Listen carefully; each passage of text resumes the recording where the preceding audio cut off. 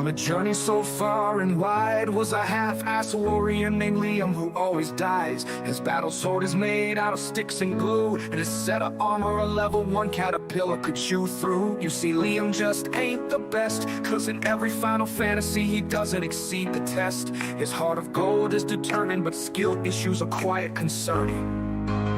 He ain't a warrior of light, no strong will to withhold a fight. Liam gives it his best, but in the end it's just a mess. Skill issues, oh yeah. Will he die again? I bet my whiskers on it.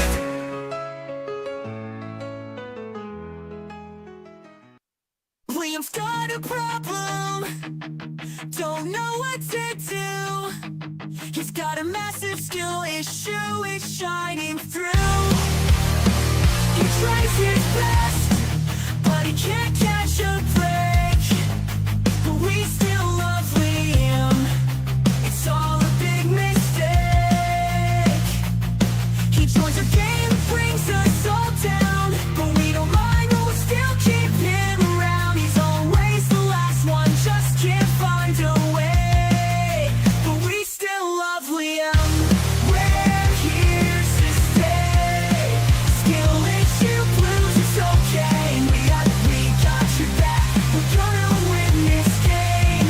Even if the odds are stacked, so hold your head up high. Don't you worry, don't be blue. You may suck at games, but we still love you.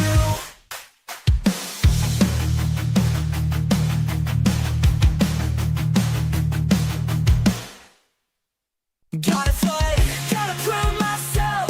Liam's in the military, king on the world. Dreamed of being first class, a soldier so strong, but destiny had other plans. It all went wrong. Dropped out, couldn't keep up the pace. Tried my best, but couldn't win the race. First class to third, ain't no glory here, but I won't surrender. I'll face all my fears. I may be third class, but I won't give up. A hero my own way. I'll rise above with a heavy heart, but a spirit that's untamed. I'll keep fighting, I won't be ashamed.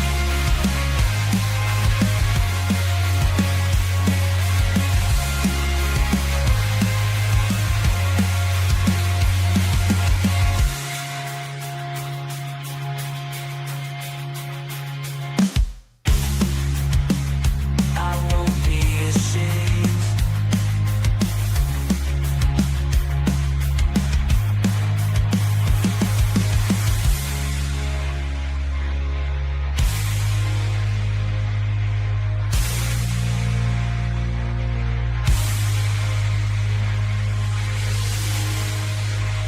I may be third class, but I won't give up. A hero in my own way. I'll rise above with a heavy heart, but a spirit that's untamed. I'll keep fighting, I won't be ashamed.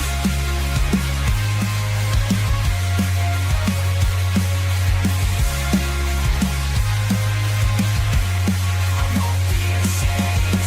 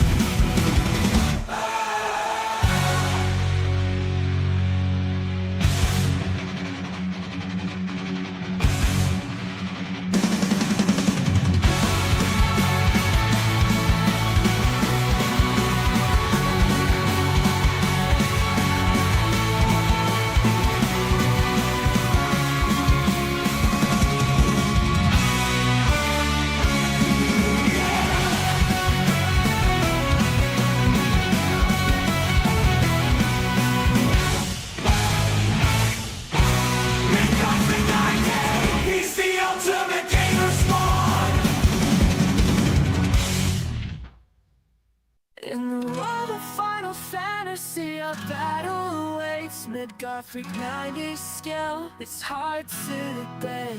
Oh yeah, slicing through enemies with a fiery blaze. But yeah, step aside, it's time for a change.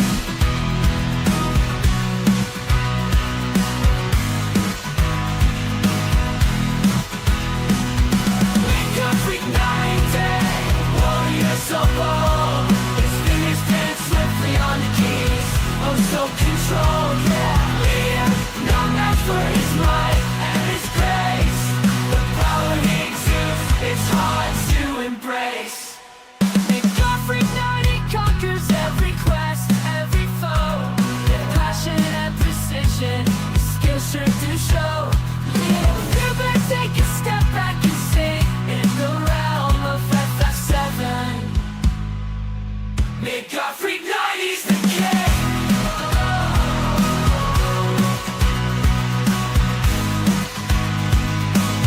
Midgar Freak 90's the king.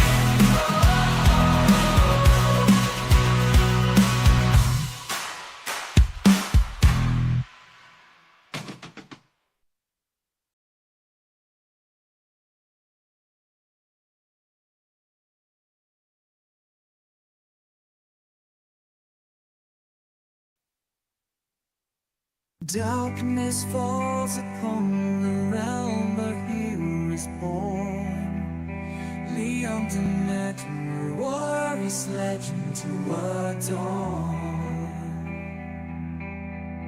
With Twitch as his battleground, he fights his way through powerful spells and epic quests. His destiny he'll pursue.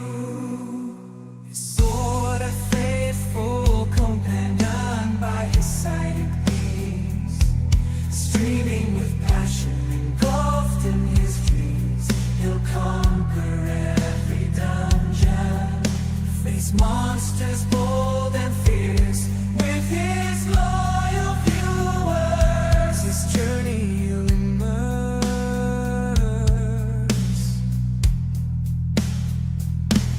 Leo, the ultimate Final Fantasy channel we admire, guiding us through worlds, setting our souls on fire. With every boss defeat, every magical artifact found, he conquers all challenges. His power knows no bounds.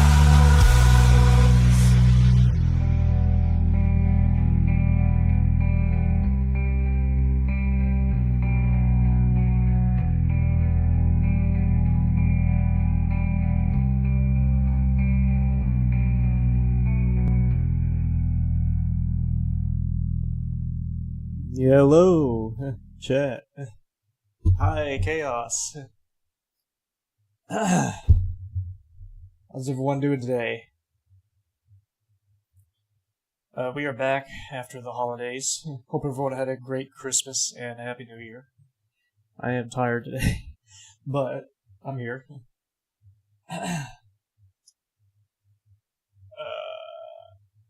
So you're winning over the mini humans. Oh, thank you. I didn't see the she part of your last text, so yeah, tell her thank you. I appreciate it.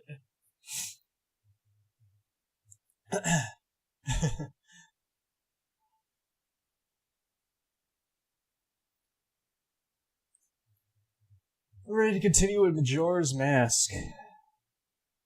Let's see.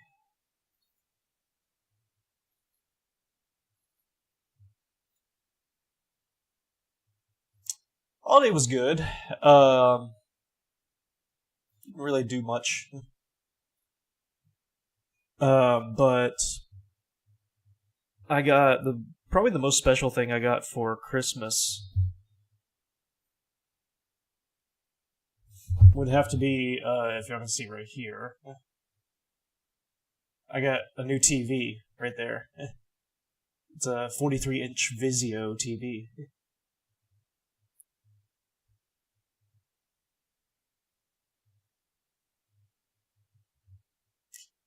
That's very nice. Before I had like I don't know how many inches, but it was like half the size, maybe a third of the size. So for Uber to TV or sort. Really? Oh, nice. That's awesome. I like Vizio as well. Yeah. um, and my visit was really good. Meeting my girlfriend Zoe for the first time, and it lasts forever. Worth the call. Yeah, yeah. That's true. Yeah. But yeah, meeting Zoe for the first time, I had a great time over there. Probably like one of the best times. It went really well. So, excited for she's going to come here next actually during the Valentine's Day weekend. So I'm very excited about that.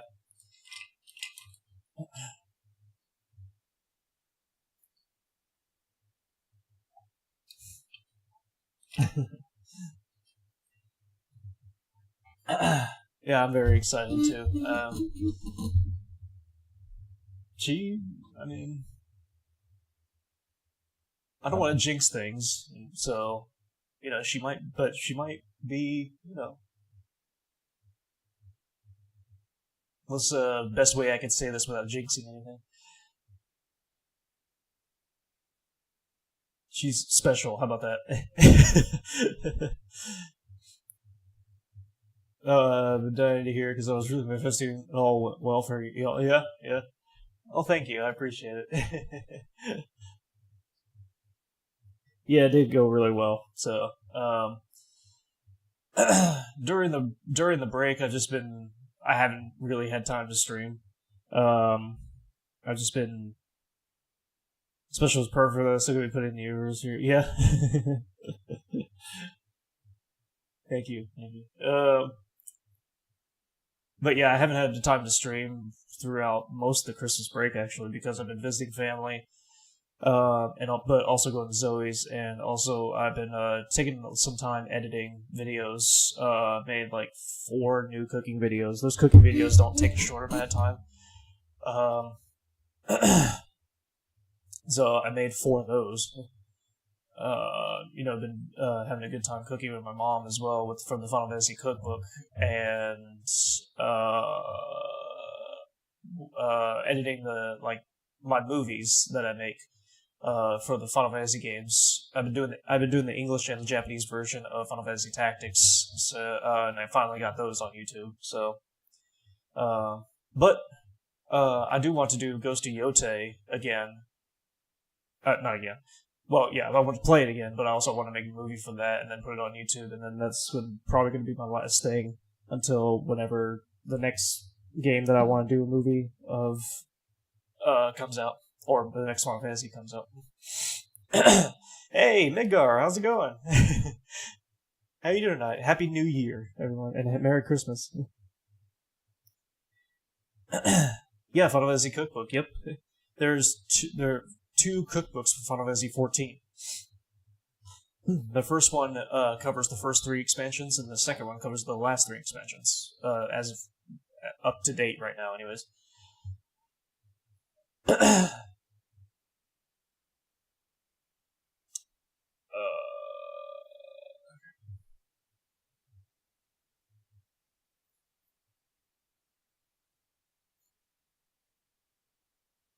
Let's see.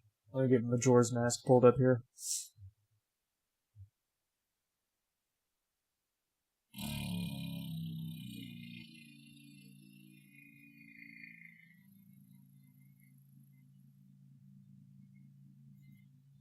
There it is. It took me a while to find it.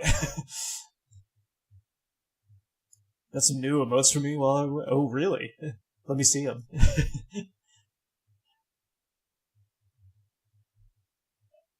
So I haven't had time, but yeah, I haven't had time to stream at all for like the past however many days I've been gone. Like, what, 2 weeks? About 2 weeks. But as far as I know right now, just going back to my regular at least 3 times a week schedule, maybe 4. So I'm looking forward to that. I still don't have a set schedule of what days, so that might be random, but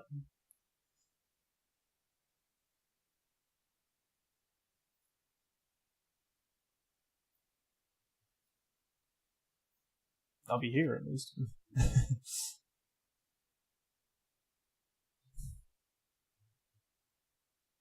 Did my audio cut? Can y'all hear me?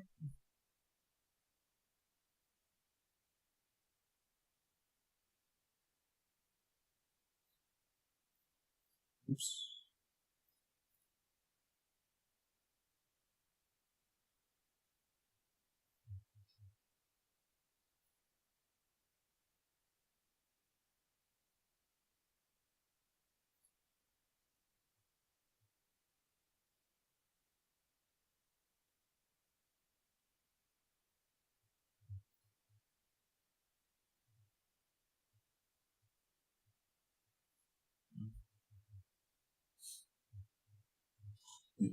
Can y'all hear me, chat?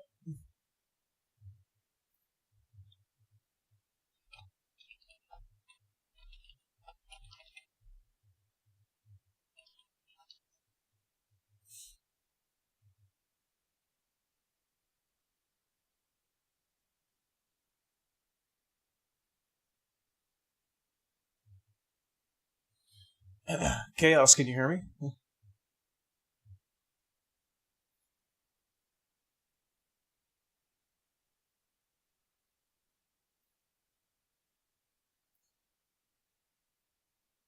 You hear me? Okay. That might just be on your end, nigger. Well, you can't hear me, so.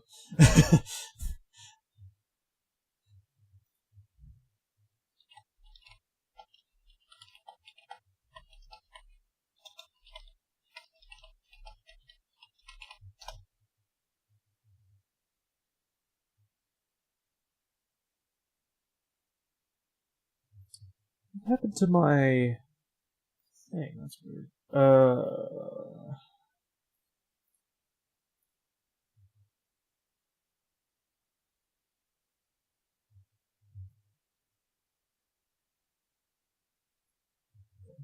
Sorry, I was fixing something.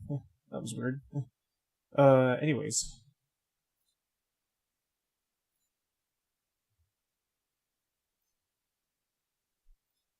Whoa.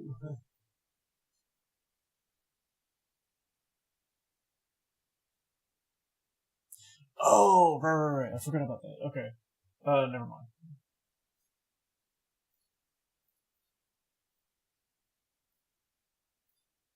No, that's not it.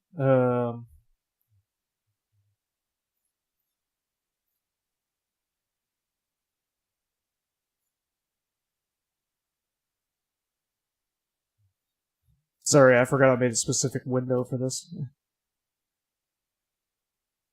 It really has been a while since I streamed. Jesus.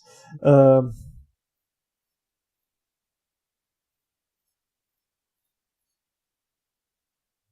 can hear me now? Okay. Yeah, sorry.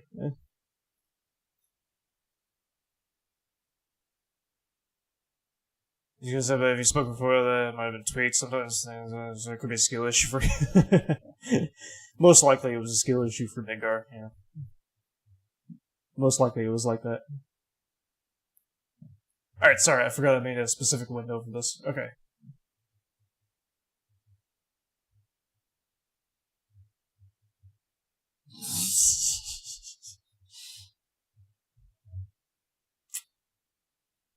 Nice, Midgar. Yeah.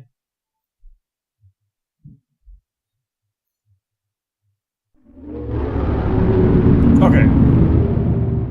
Okay, that was very loud. Hold on.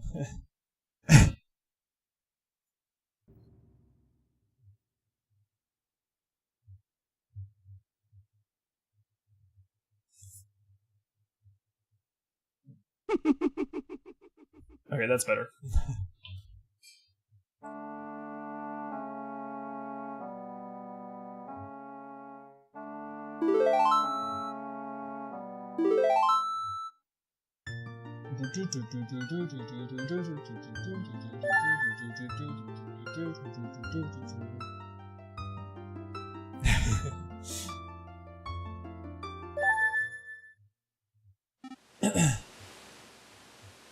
You know, Midgar,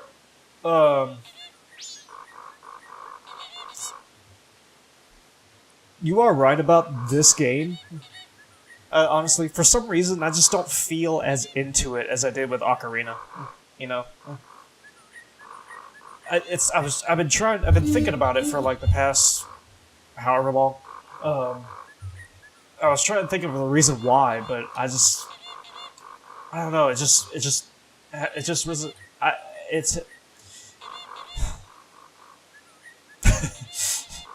um, what am I trying to say? I haven't been really wanting to get back to it as much as Ocarina, honestly. I mean, I probably should be playing this more, but I just really haven't. You know? I can't really pinpoint it. But it's just something about it. I don't know why. You know how sometimes you just don't feel it in games? You permission for you to be 10% mean back to 10% mean. This is a trap. That's not what I meant. There we go. Alright, I gotta remember the buttons. Let's see. I forgot there's no camera. That's one of the things I don't like about this game, that there's no camera. Like, no camera, control.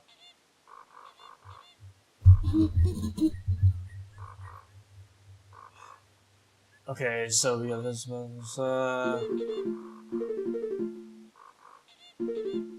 Oh, that's... I didn't know. Okay.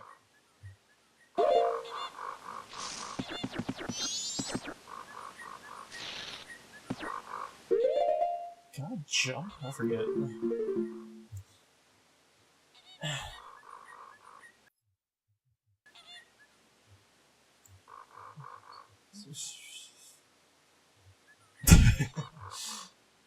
Alright.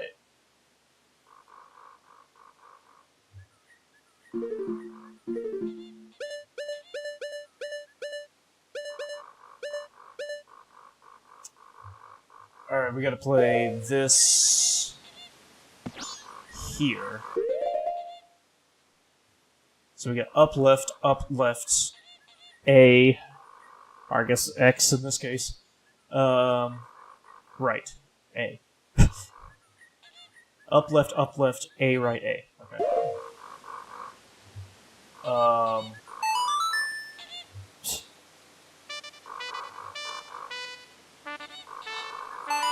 There we go.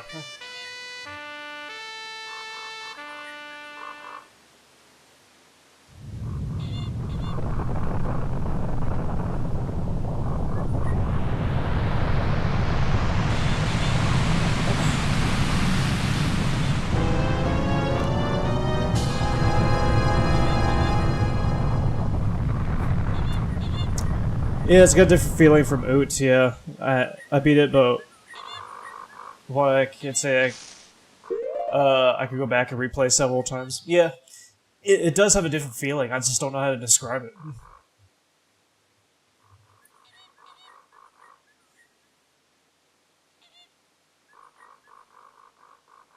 I don't know.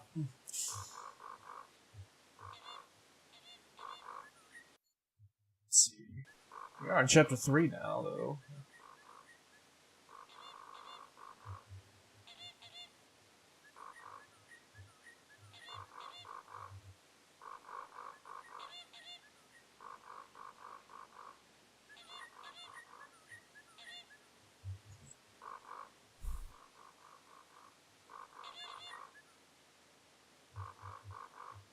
Let's see.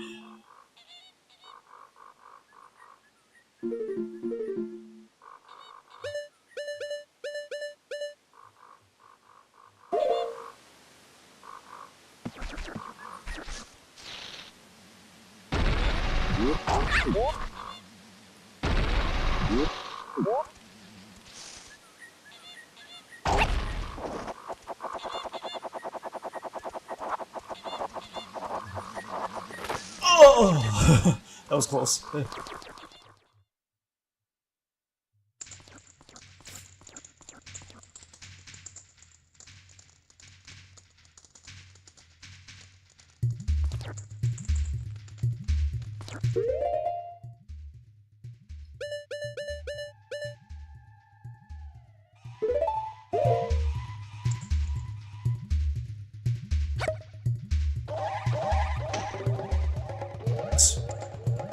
I did that on purpose.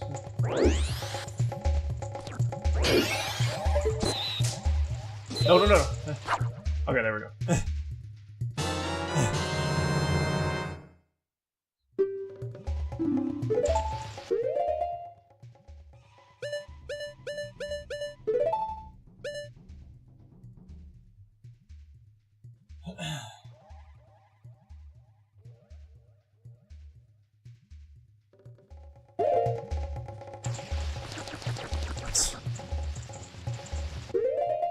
Let's see. You know, I don't like the fact that this is timed, you know? Because the thing about time games is that you have to pause every few seconds, which is very annoying, honestly.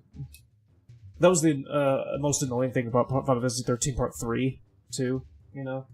Or as well.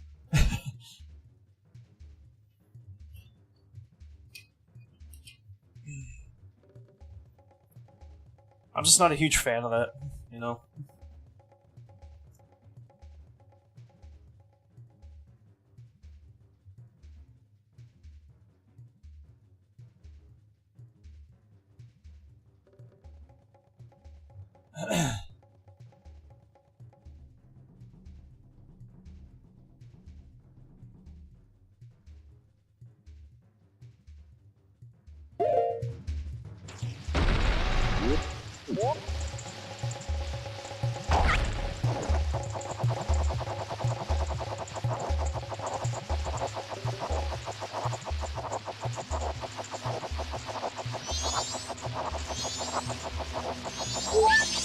There we go.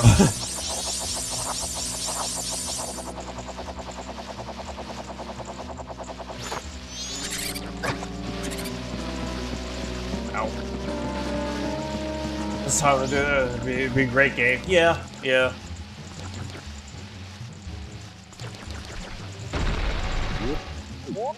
Honestly, Migar, I mean, usually, once I start games, I want to finish them, you know? But I'm not sure if I'm gonna have the. I'm not sure if I want to on this one. I mean, maybe it just take me a long while, but.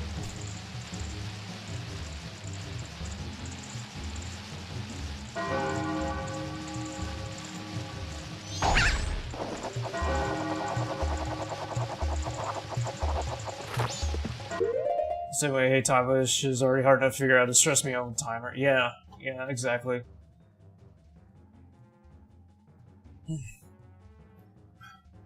Yeah, I mean, I'm usually the kind of person that, you know, when I start games, I just want to finish them, like, because I want to finish Zelda 2 eventually. But I don't know, with this game, I just like it's hard for me to get the motivation to go back into it. You know, honestly, I wasn't feeling like I wanted to play this tonight, but.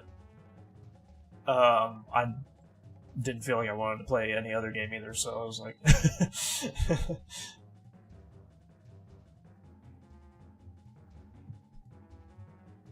I might skip this. Yeah, I might actually do that. I don't know, though. Well, let's see. Does this show on the screen? No, it doesn't.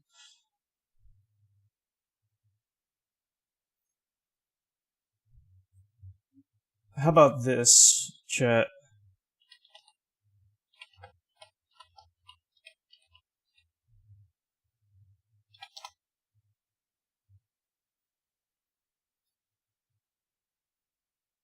New Pokemon just should they revive or escape it? Yeah.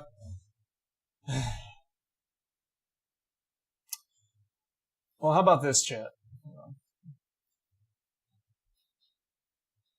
Let me bring my camera here. Okay. So, this is the list of Zelda games. Like, I wanted to play all of the mainline ones, at the very least. And we have done, except for Zelda 2, because that shit is just fucking hard. But, we have done every other Zelda game up to this point so far. Um, if we were to skip this one, what would y'all want to do?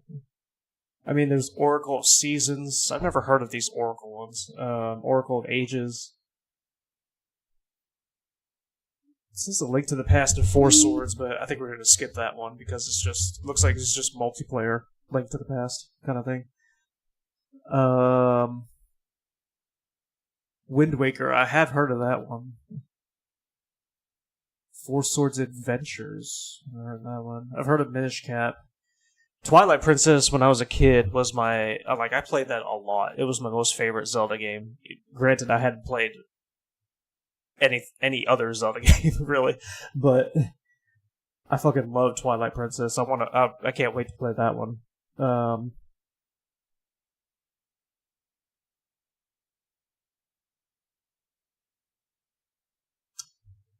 Let's not look ahead of that right now, but yeah, like up to that point. What's your chat? What's y'all's opinions about the other Zelda games?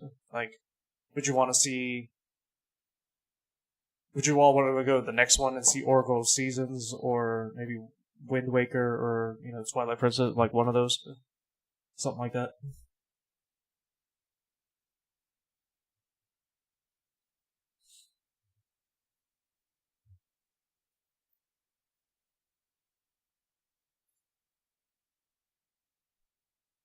Chat should be open.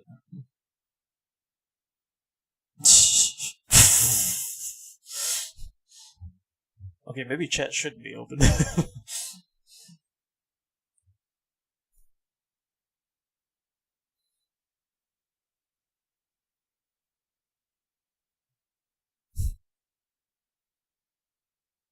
Yeah, I know Wind Waker was a popular one, right?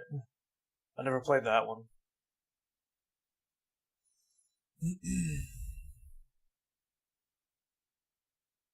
GameCube or Wii U. I'm interested to try the emus on the Wii and see how that works, honestly. But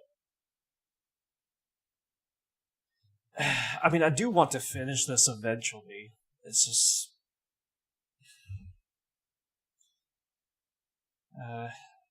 I mean, even with previous games before, sometimes I just wasn't feeling it, And I don't know why, but for me, it's just hard to get the motivation to continue this game.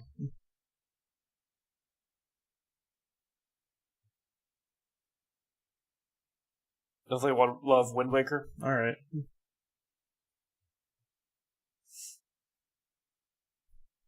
I've never heard of Oracle of Seasons or Oracle of Ages.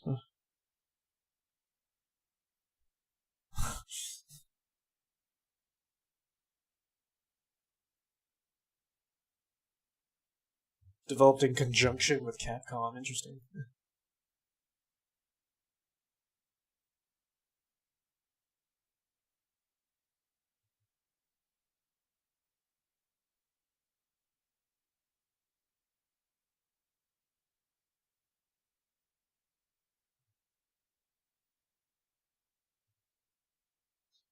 Okay. Well, thank you. I appreciate that. All right.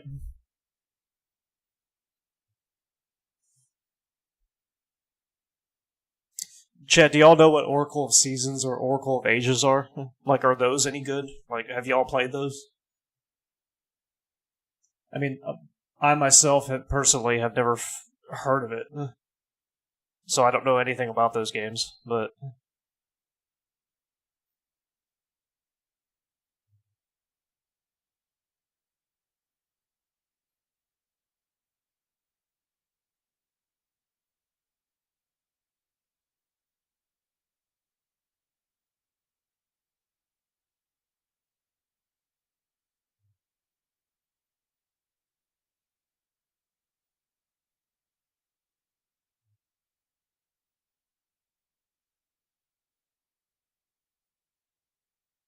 It's alright, nothing to write home about, but you can be the judge. Alright.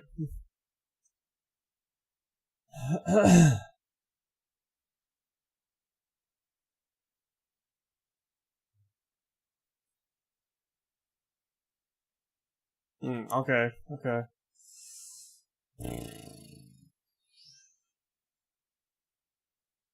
Features a season-changing game mechanic. I wonder what they mean by that.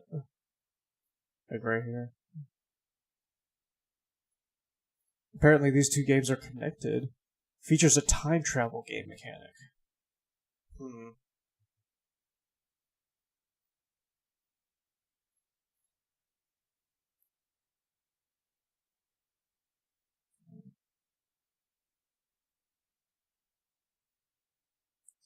Maybe we can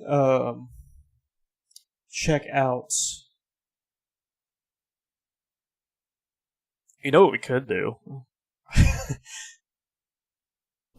I have a couple of unfinished playthroughs, like Zelda 2, on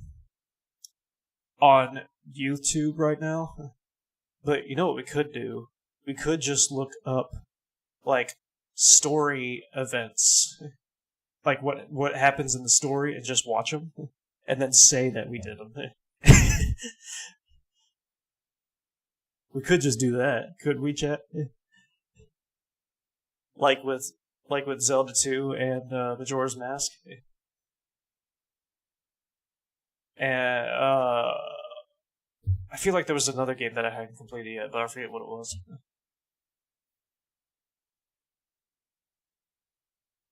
Oh, Code Veronica. I did complete that, and no, we're not going to do that. Not until you play 15, Midgar. You said you were going to stream 15. What happened to that?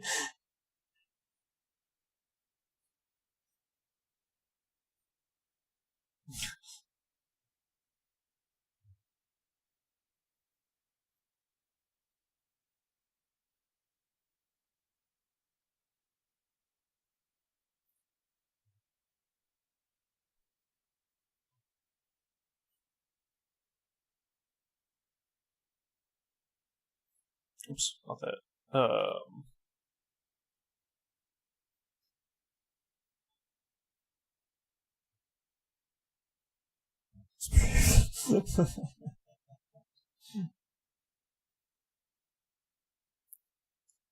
Alright, if I was X, I finished my already through because I don't want to do that. Yeah. Do y'all just want to do that? Just, I mean, not watch the whole thing on YouTube, but just look at the highlights or whatever, so that way we can just get an idea of how, like, things go. Because, I mean, honestly, I am interested, like, in the story. It's just to see how it plays out. You know? I mean, story in video games is, like, the most important thing to me. It's just, I just can't find the motivation to actually go through this game, you know? Okay, yeah. Let's just do that. Because, I mean... Yeah, you just have those moments where you just can't, you know?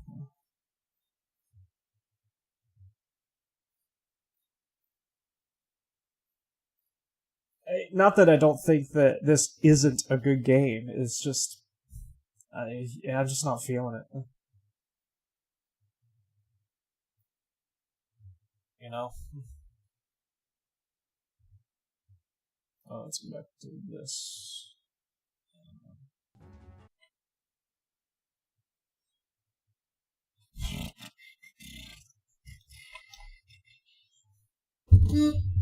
I mean, let's start with, I can't, like, honestly, for, Zelda 2, I mean, Chaos, you weren't here at the time. It's never worth making yourself power through a game that isn't bringing you joy to more games if you've been like, okay, yeah. That's a good point. I didn't think about that. And I appreciate that, because this is the first time I'm doing it, actually. Well, that might not be true. This is one of the rare times that I'm doing it.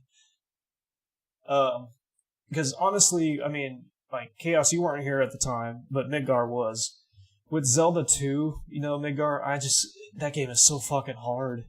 Like, I mean, I only did one stream of it, and it just stressed the fuck out of me, you know.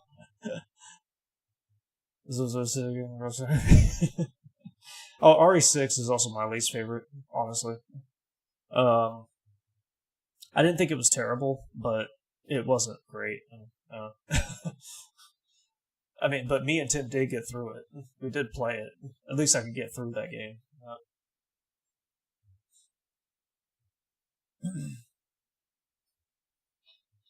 But yeah, with Zelda 2, I don't know if I can do that shit. Like, I don't remember how far I got into it, but I don't think I could even get past the first dungeon because it was just so fucking hard. So I'm interested to see what's going on here.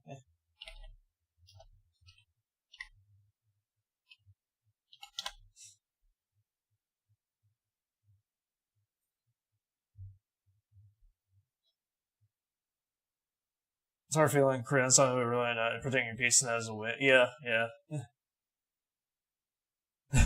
Thank you, Chaos. I appreciate that.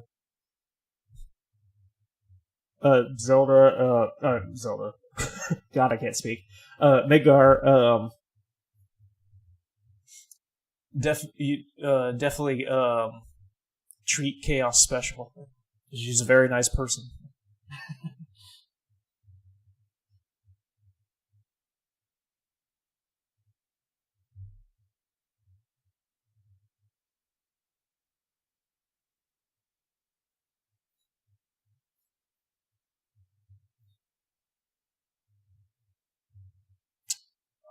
Alright.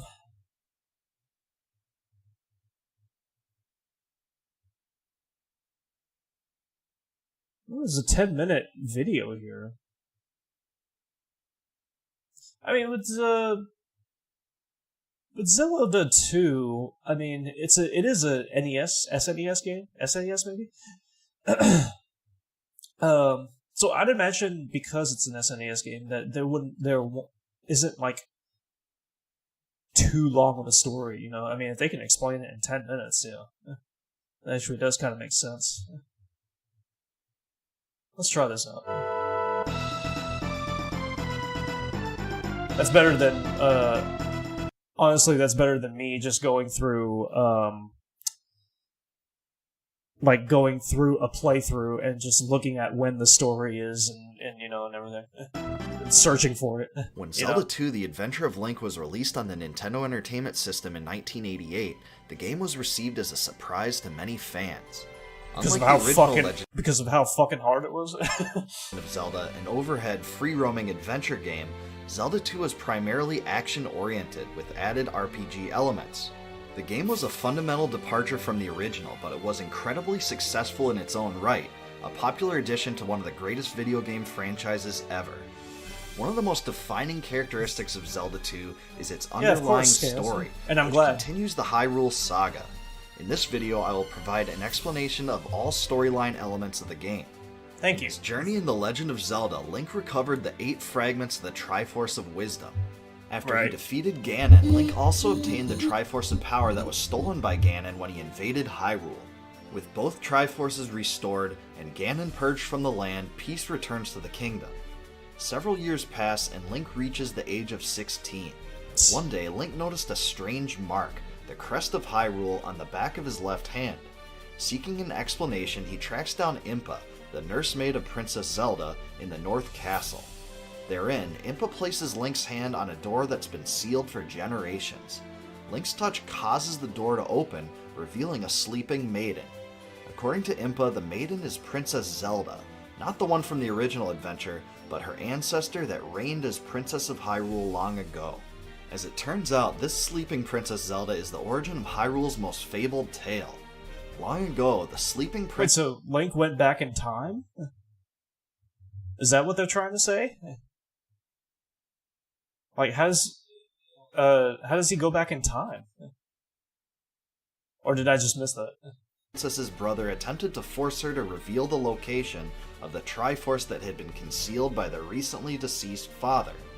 The King of Hyrule decided to hide the Triforce of Courage in the Great Palace, fearing that if discovered it would be misused.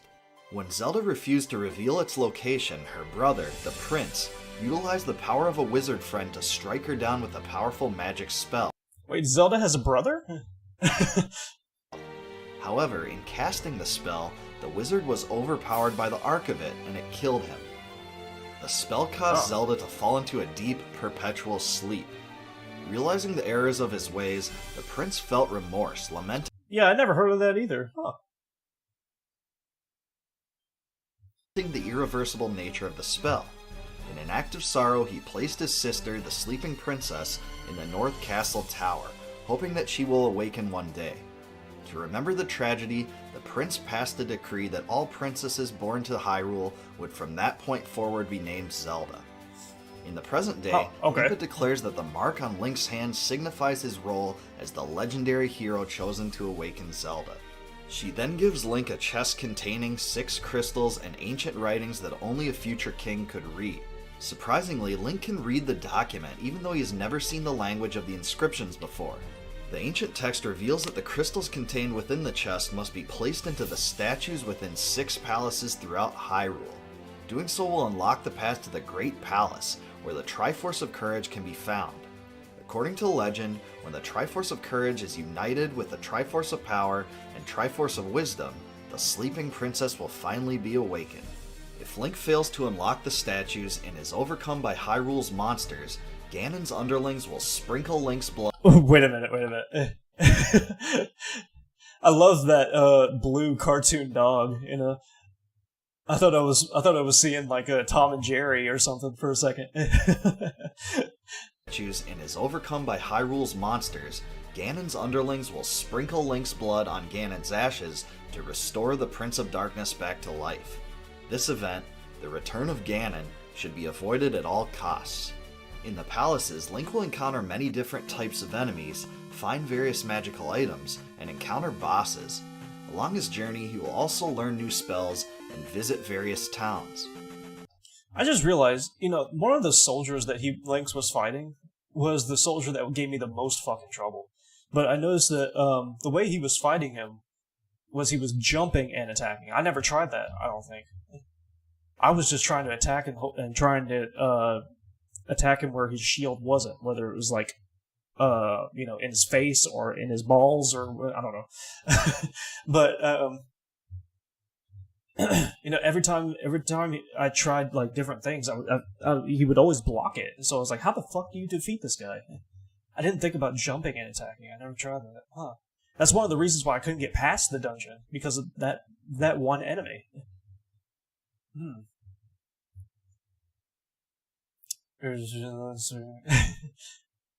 Aw, that's so sweet. Link begins his quest with the magical sword to attack enemies, and the magical shield to block some attacks. As he leaves the sleeping princess in the North Castle, Link travels to Rauru Town. There, he meets an old man that teaches him Shield, a spell that reduces the damage he takes by half. Link makes his way to the white brick Parappa Palace. Within the area, he finds the candle, allowing him to illuminate areas that are otherwise pitch black. Okay, I got in between that, so I didn't get that far, unfortunately. I was really, like, still at the beginning of the game, pretty much. Is this 10-8 Productions? I don't know what that is. Is that the name of the channel or something? This is, Zygor, I'm guessing that's how you pronounce it, gaming? XYGOR.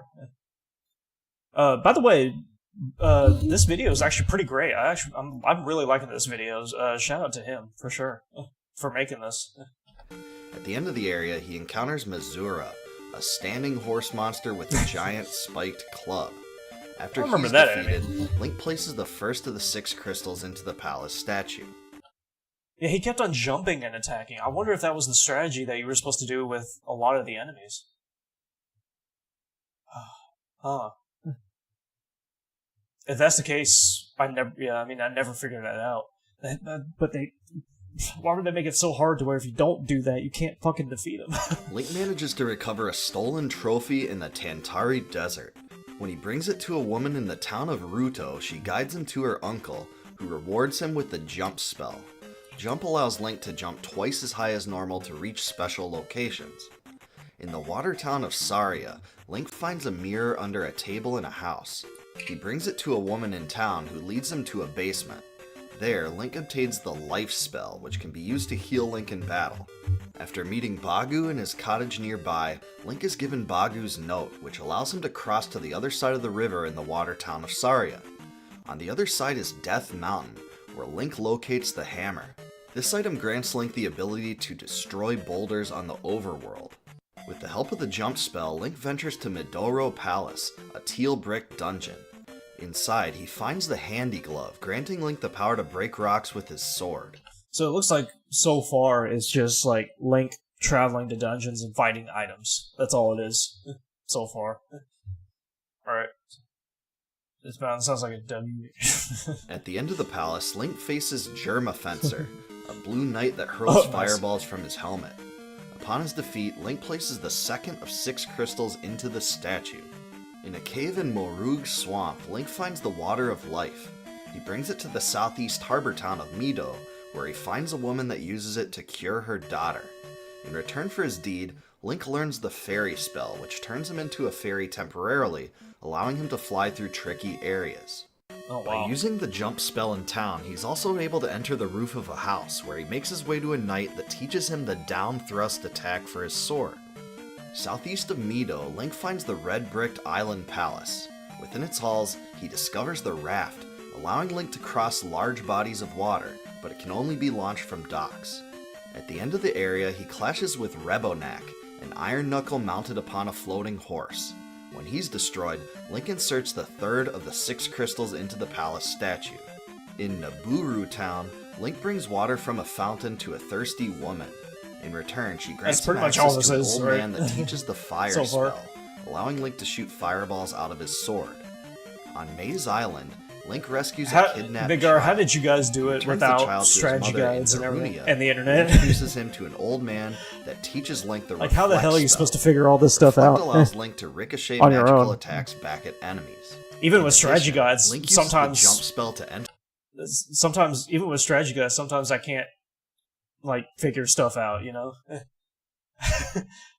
This dude for YouTube covers a lot of Final Fantasy stuff. Really? Okay. Maybe it is, I don't know. Enter a roof, leading to a knight that teaches him the upward thrust attack. Next, Link uncovers the purple-bricked Maze Island Palace. Inside, he picks up the boots, allowing him to travel across some bodies of water on the overworld.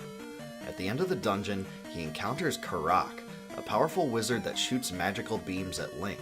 When he is bested, Link places the 4th of the 6 crystals. I'm looking at these bosses and the enemies, that everybody looks so hard. Like, so fucking hard, you know? Like, even back then, you didn't have saving. You know what I mean? So, how the hell did people, like, even finish these games? Sometimes strategy I can't help my ass either. I know I like you for a reason. Similarly, yeah. Yeah, I mean, it depends on the strategy guide. Most strategy guides are fine, but there are some that, like, can either be not descriptive enough, or sometimes they give you the wrong strategy. You know what I mean? To defeat a boss, you're like, they probably tell you one way that worked for them, but then it's not working for you, and so you look on YouTube or maybe other websites or whatever, and it's like a completely different strategy ends up working like really well. It's like, what the fuck, you know? Patience, lost versus anxiety, not the whole rage. I'm saving myself that. Into the statue. Using the boot. Honestly, I'm probably saving myself lots of time too. You know, I mean, I do want to, like, play these games and finish these games, but at the same time, I'm just like, I mean, maybe when I was younger, I probably would have had the patience for that, but now that I'm old, he found within the Maze Island Palace, Link next travels to the Green Brick Palace on the Sea. Ooh, Therein, green. he obtains the flute, allowing him to gain access to several special areas when it is played. At the end of the halls, he faces Guma, a giant spiked helmet barbarian that swings a spiked ball and chain. When he is overcome, Link places the 5th of the 6 crystals into the palace statue. So With one more crystal to deposit, yeah. Link heads to the lavender brick three-eyed rock palace. Inside, he picks up the cross, granting magical vision to see some invisible enemies, especially those in many of Hyrule's graveyards. This is a lot of stages. Like, holy shit. The bosses, weird strategies and guys explain shit, I'd be sitting there like, how? Really? Yeah. Yes, I mean, unfortunately, even strategy guides aren't perfect. So, probably the best thing, or the most reliable strategy guide that you could get is like official ones. You know what I mean? Not just like from individuals. At the end of the palace, Link encounters Barba, a lengthy dragon that plunges from the lava and breathes fire. When Link defeats him, he places the 6th. I was with a walking skill issue too. Oh yeah, I have some too. Yeah, I admit it. I have some skill issues. Yes. And last crystal into I don't have a lot of skill. I don't have all skill issues though. the statue. After Link obtains the 4 magic containers in the world, maxing his magic meter, he runs into an old man in the town of Kasuto. There, he's taught Thunder, an expensive spell that destroys all normal enemies on the screen. In the same town, Link learns magic called Spell, which allows him to reveal a special temple with a magic key. This How very creative. A spell called Spell. item allows Link to open any locked door. Now with all 6 crystals inserted into the palace statues, Link must venture through the Valley of Death to the Great Palace, the resting place of the Triforce of Courage. After entering the orange brick Great Palace, he overcomes several challenging stages. Near the end, he finds Thunderbird, a powerful beast created by the legendary King of Hyrule. Oh, look at that enemy. That's kind of cool. To guard the Triforce of Courage.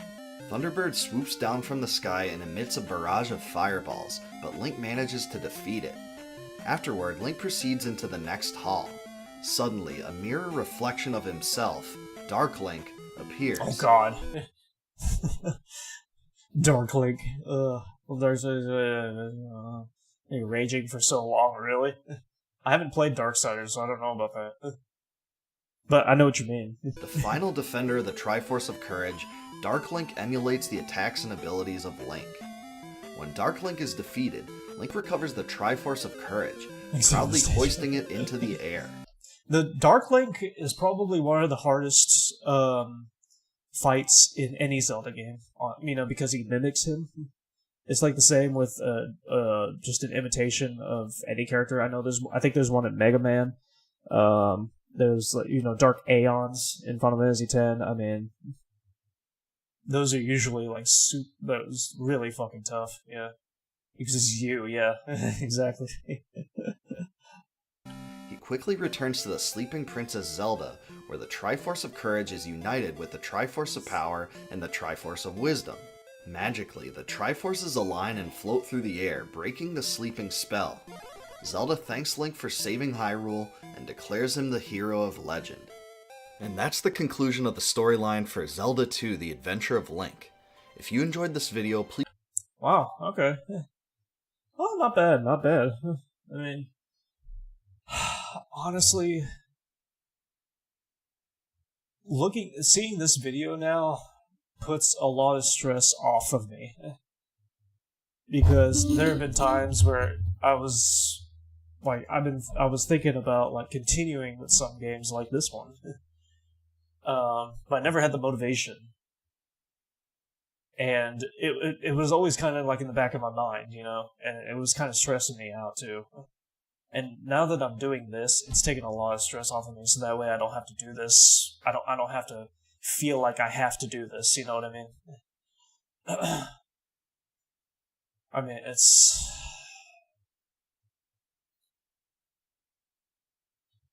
Let's go to the next one. What was Majora's Mask?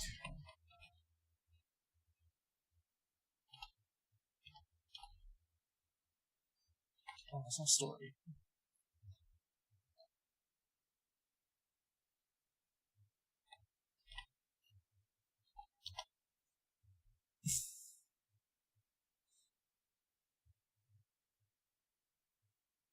You broke a controller that day, really? um.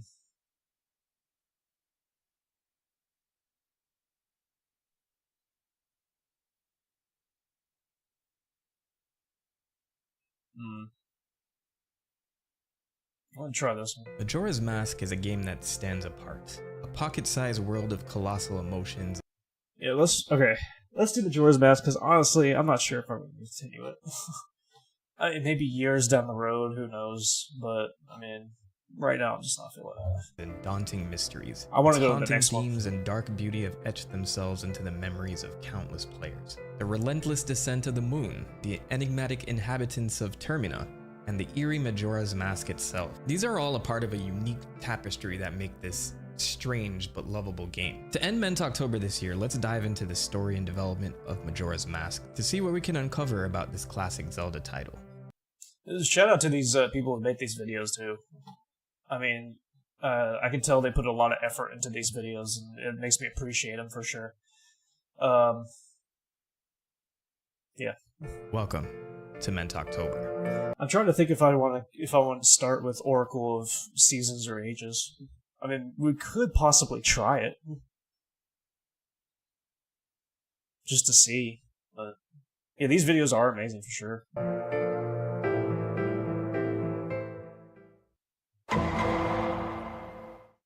Our story continues after the events of Ocarina of Time, with Link, the hero of time, living out the remainder of his childhood in his peaceful timeline. Link is on a journey to find his fairy friend Navi, who just up and bounced once the timeline was saved. And the crazy thing about this is that Link never sees Navi again. The game doesn't even solve this plotline.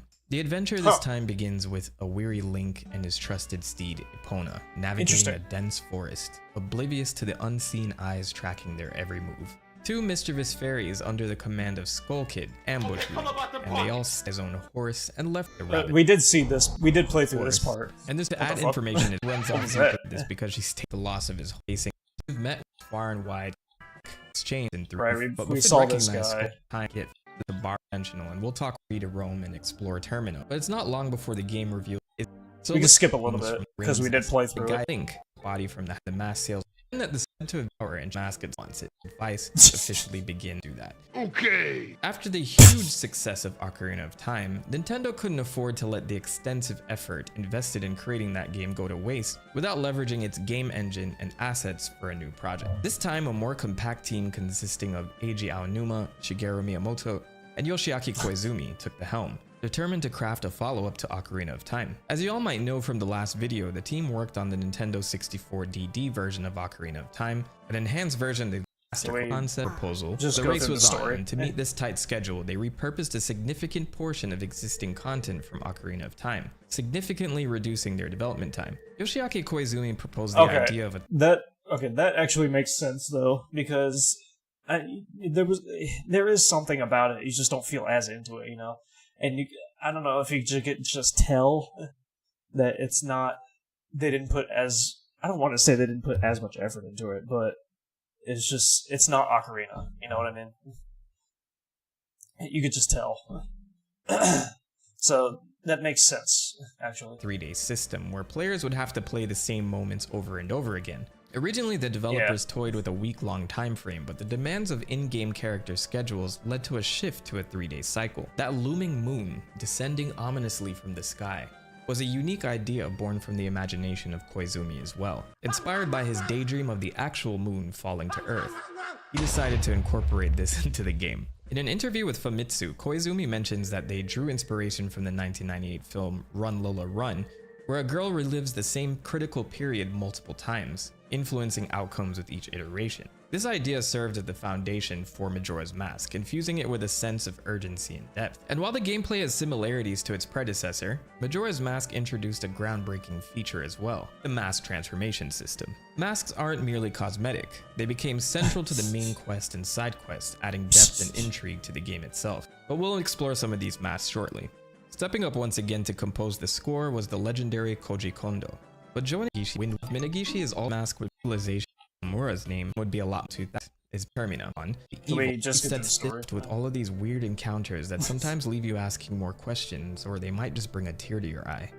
If you're not making a beeline to the end of the game, Link can meet several different characters within Termina, all with their own schedules in this 3-day time frame. This contributes to remarkable world building and helps give these citizens even more colorful personalities than what we experienced in Ocarina of Time. One of the most popular side quests is that of Kafei and Anju, the only side marry when they were children, and planned that they would have a eye out for actual weddings to I don't care about side quests. For that particular talking with Mr. Quinn and this we got pictures. Oh look, which already sets the tone of a rather sinister force looming over this ranch. Cremia, on the other hand, as the elder sister, has a side quest. Tied from off the close.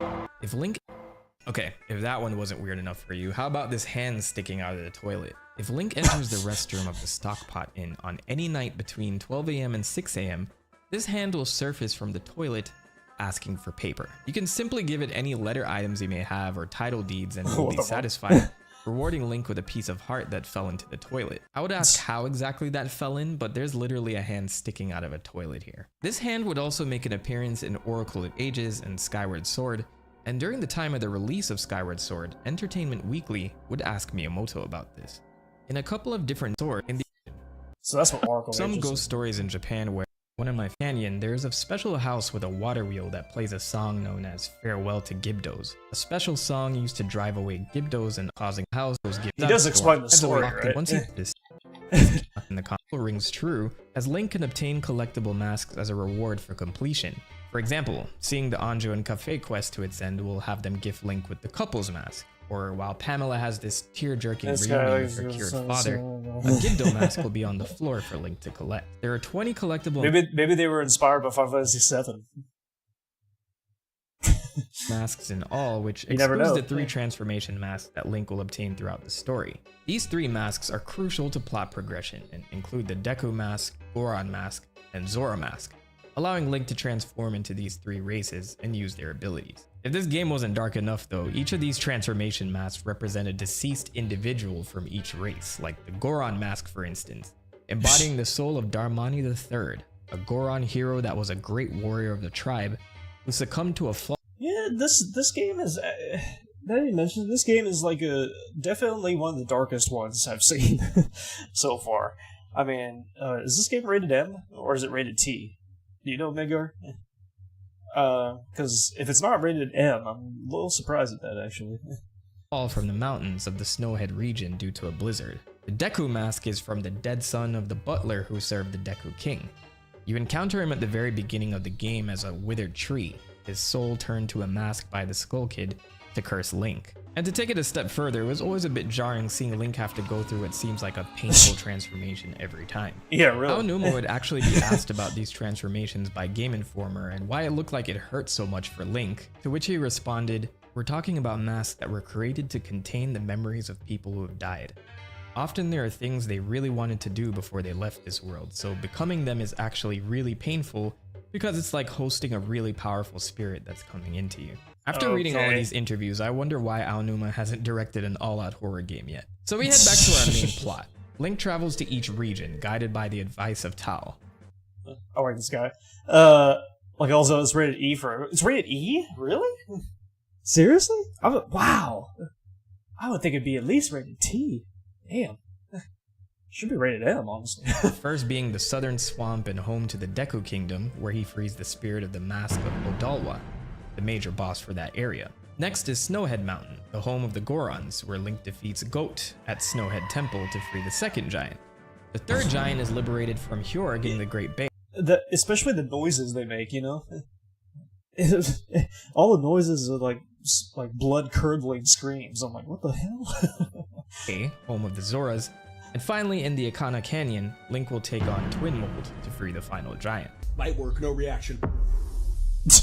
For those who engaged in conversations with Anju's grandmother throughout the game, they were treated to a fascinating nugget of lore about these giants. In the distant past, before the land of Termina was fractured No into 4 reaction. regions, a single realm thrived with the presence of 4 benevolent giants. And these mighty beings made a pact to watch over the land's inhabitants, and if they were ever needed, a powerful call would summon them. But of course, there's a dark twist to this tale. One imp, feeling abandoned by his giant friends, spiraled into bitterness and began sowing discord across the 4 worlds. In response to this menace, the people of Termina resorted to summoning the giants, leading to an act of exile. The imp was even more saddened that his old friends would threaten him, so he returns to the heavens to hide out from their anger, and peace was restored to the 4 worlds. This is a pretty obvious tale of Skull Kid's origins, and I think the implication here is that he was exiled from Termina and found himself spending his time in the Lost Woods of Hyrule. But let's see what he has to say for himself later at the end of the game. Alright. It would be, but in our days, there are shows with the crystals and keeping it friendly, so I can say fucking. Well, you know, it is the same I've noticed with some movies, you know? Like, some movies back then are rated, like, PG, but sometimes I wonder how they're not, like, rated at least PG-13 or rated R, you know? Because it definitely would be these days, for sure, yeah. You're right. These regions that Link visits has its own problems caused by the Skull Kid, which harkens back to the setup of Ocarina of Time and Ganon's influence on Hyrule. The swamp of the Deku Kingdom has been poisoned, their princess kidnapped, all while the Deku King is trying to put this monkey to death for what happened to the princess. The Snowhead region is suffering an eternal winter as the Gorons can only look to a transformed Link for hope, thinking he's actually their tragic hero Darmani III who's come to save the day. In the Great Bay, a Zora guitarist gives his dying wish to Link to save his vocalist Lulu's eggs that he was mortally wounded trying to retrieve from pirates. And Jeez. Ikana Canyon, a region filled with the undead after Skull Kid cast a curse, causing these monsters to run amok and roam free. The situation in Termina seems dire, and many have lost their lives or have been irreversibly cursed from the actions of Skull Kid. And much like the side quest I mentioned earlier, each of these situations seem catastrophic. But there's this persistent theme of hope and acceptance that shines through all of these stories, with Link serving as the catalyst. All of these major quests and side quests must be completed while the player keeps an eye on the 3-day cycle, but with the Ocarina of Time, Link has tools at his disposal to slow down or speed up time if need be, which comes in handy so you're not rushing or waiting around too much throughout the game. Despite this, the 3-day cycle can still be... Yeah, I mean, it is nice that you can slow down or speed up time if you need to. I mean, that was a nice thing about Final Fantasy 13 Part 3, honestly, too, because you could do that in that game as well. But it's just the fact that there's even a time limit at all. You know what I mean? The fact that there's even a time limit at all is what the thing I just don't like, usually. I just feel like I feel like I can't enjoy the game fully. Like I can't explore anywhere. I feel rushed, you know, and it's like I feel uncomfortable with it, you know what I mean? become a bit tedious, especially if you're a completionist. I think we tend to look back a lot on the story aspects of this game, which I think is what makes it shine, but I have to mention that the time constraints do make certain parts of this a bit rough. Yeah, Speaking exactly. of story, Exactly. Yeah. apologies, but I'm going to be going a bit heavy on the plot for the next few minutes, so bear with me. Once all the giants are free, the player can now face Skull Kid on the final day at the top of the clock tower. It's time for your fated rematch. The sequence of events will begin very similar to the first fight, but this time Link is prepared. He whips out his ocarina and plays Oath to Order to summon the 4 giants that he freed, all coming to his aid as they stop the moon from its descent. Oh, okay. Alright, cool. I still think this scene is awesome. I can't put my finger on why, but it just is. With the moon stopped, Tal and Tattle are reunited, but this is not over yet. This is where we find out Majora's Mask itself was the one causing all the harm in the first place, taking advantage of a lonely Skull Kid to do its bidding. With this in mind, the mask throws Skull Kid aside and ascends into the moon to consume the world, so we gotta head inside and finish him off.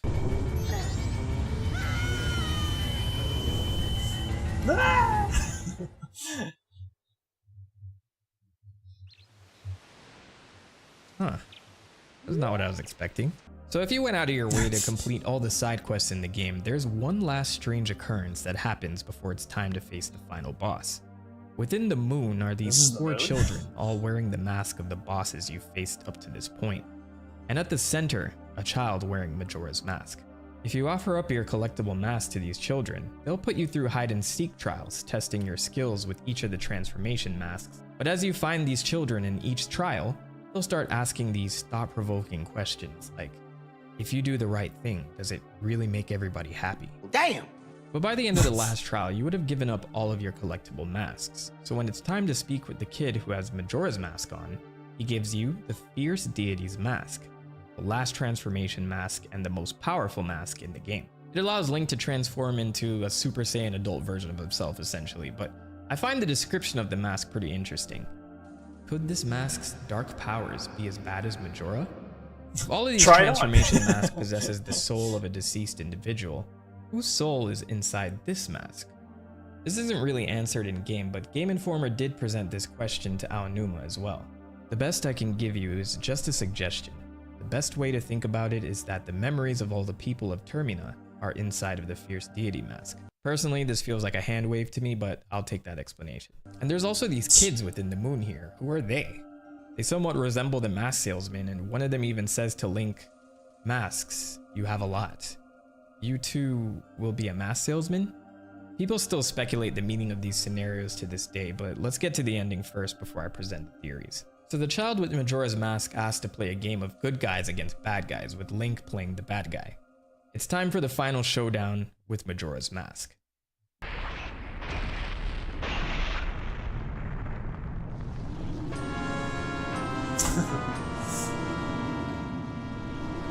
Link will have to face the evil within the mask itself, which evolves into 2 different forms: Majora's Incarnate, which for some reason is doing a whole Russian squat dance, and the final form, Majora's Wrath, a whole ass demon.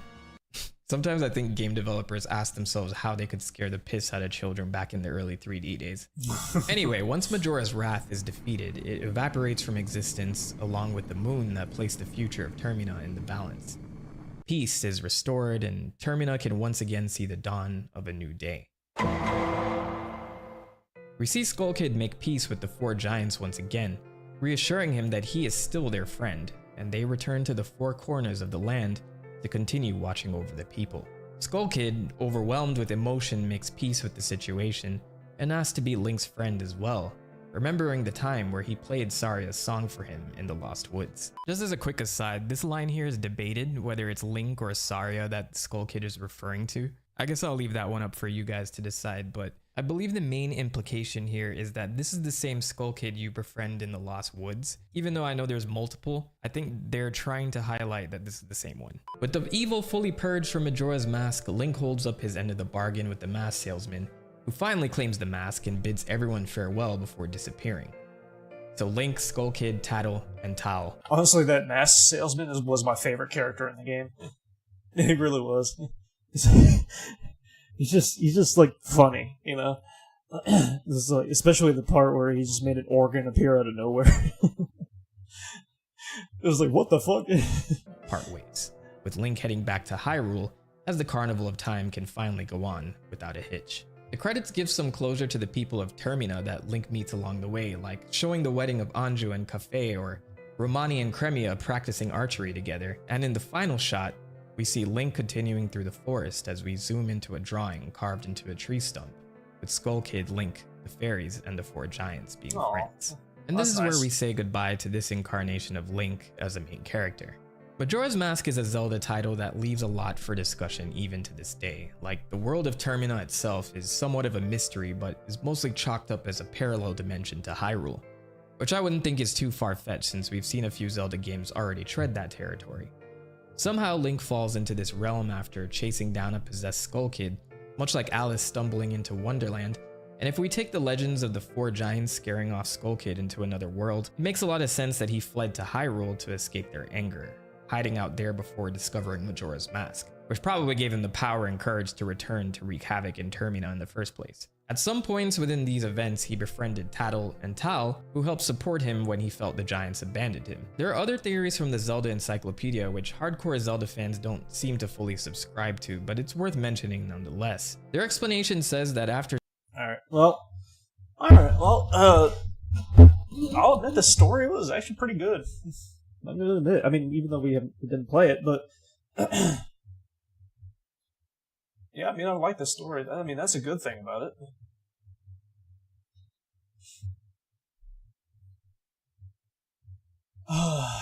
This also takes a lot of stress off of my mind, honestly.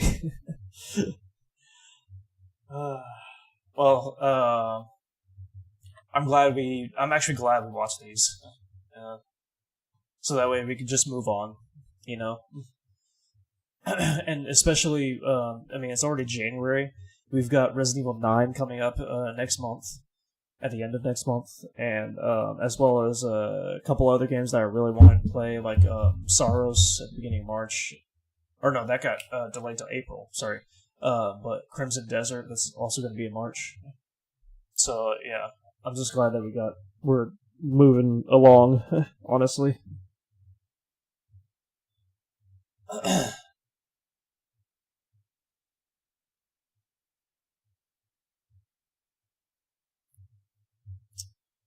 Oracle of Seasons and Oracle of Ages were both on Game Boy.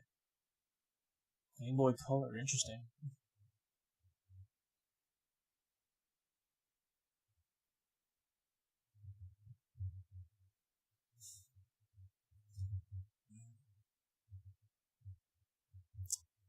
Let's see.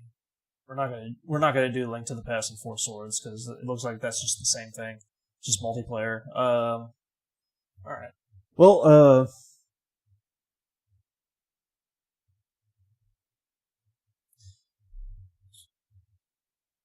see.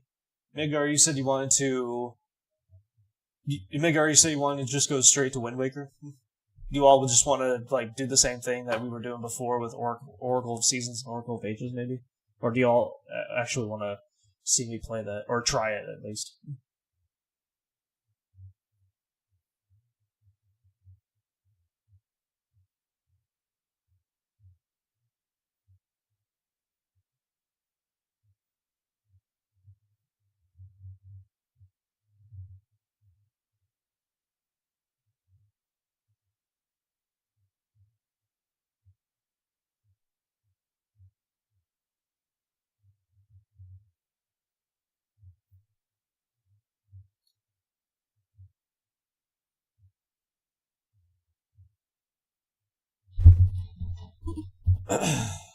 All right.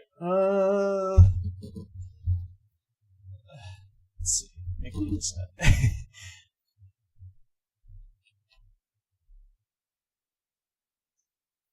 Let me check out Seasons. That was first, right? Let's see what this looks like. It looks like a Final Fantasy 12 Revenant Wings kind of thing, honestly.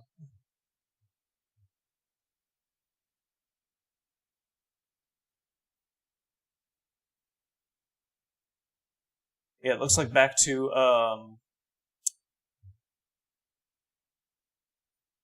the 2D kind of thing. Interesting. Let's try it. Let's try Oracle of Seasons and Oracle of Ages. If I start playing Oracle of Seasons and I'm just not really feeling it, then I'll go straight to Wind Waker. How does that sound? I do want to try it at least.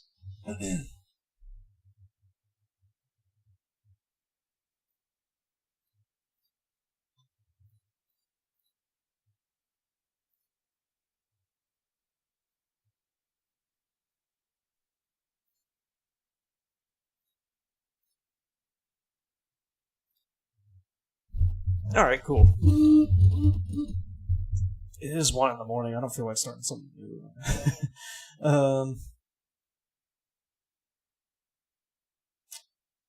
Let's see. What else were we playing? We were continuing Persona. Or we're playing through Persona. And what else were we playing? Oh,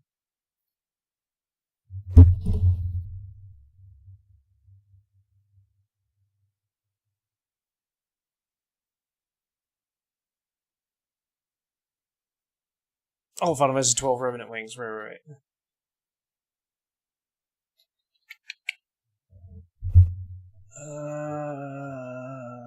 Let's see.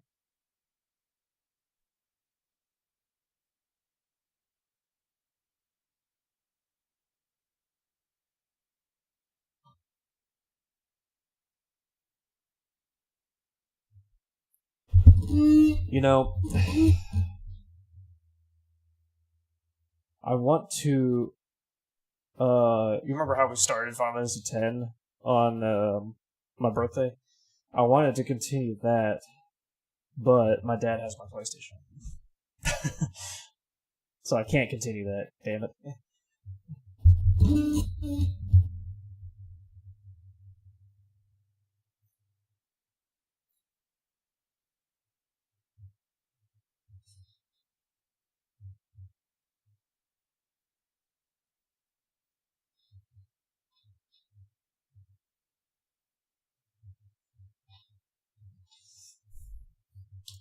What's he gaming on? My PS5. And Final Fantasy X I have on disc, like on PS4. But he wanted to have my PS5 so he could play Final Fantasy 16 as well as something else, I forget.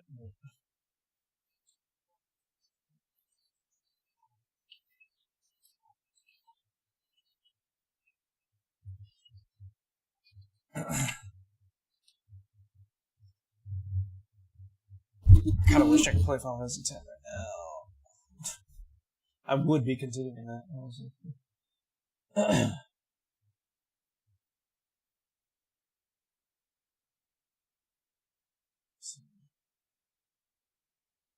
Ooh, Chaos.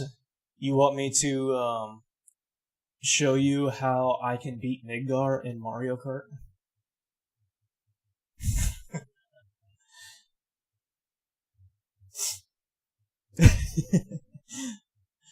Midgar, you want to play Mario Kart?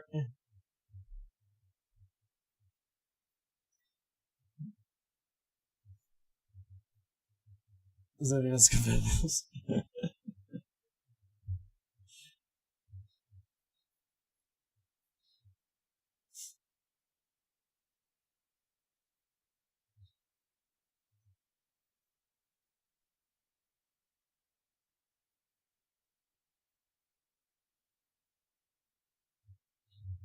Oh yeah. You traded off your. That's right. Oh.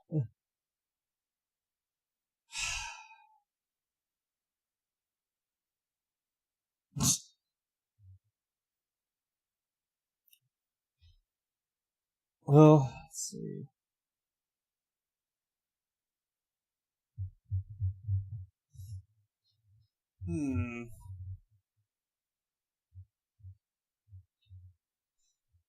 Anybody got any suggestions that we could play for like an hour or so?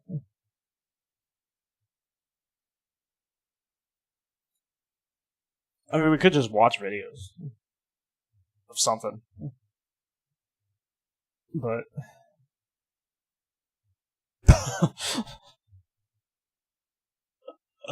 hey, Zimsy, how's it going? I didn't realize you were in here.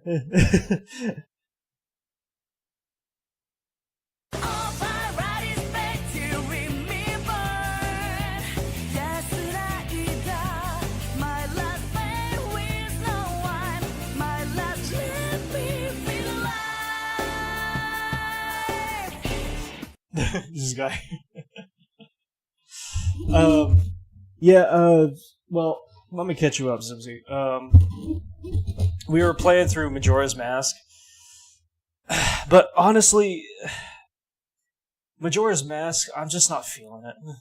Like we're still pretty much at the beginning of the game, and it's not like Ocarina. I mean, Ocarina I could get through.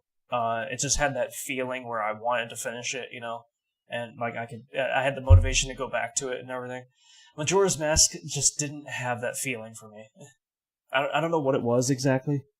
Um, but I just decided to like just quit the game, at least for now. I mean, I might go back to it, but I might not. And we just watched the story, like just a Cliff's Notes, kind of version of the story on YouTube. And we actually did the same thing with Zelda 2. You remember Zelda 2 where it was the really difficult ass one? It just couldn't beat because it was so hard. So we just did that for both of those, and we just decided to move on. Honestly, I don't know why, but I just couldn't get into Majora's Mask. It just wasn't doing it for me.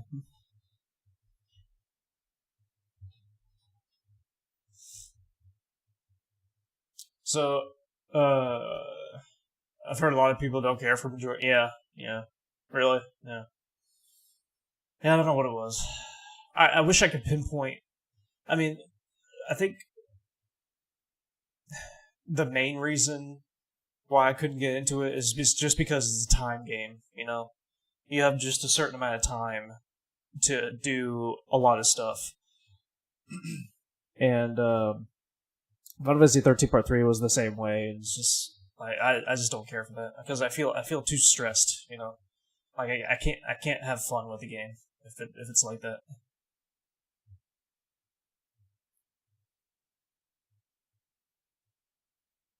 I'd rather just take as much time as I need and just enjoy the game, explore the world, or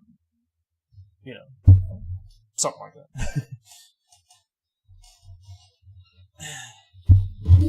So,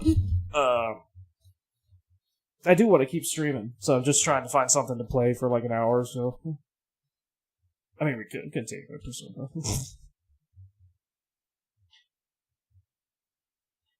I know we're in that dungeon, castle, whatever you call it.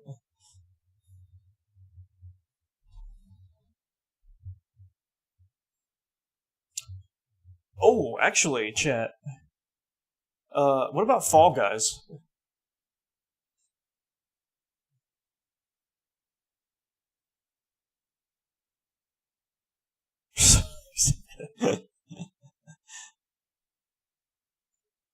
Does anybody want to play Fall Guys?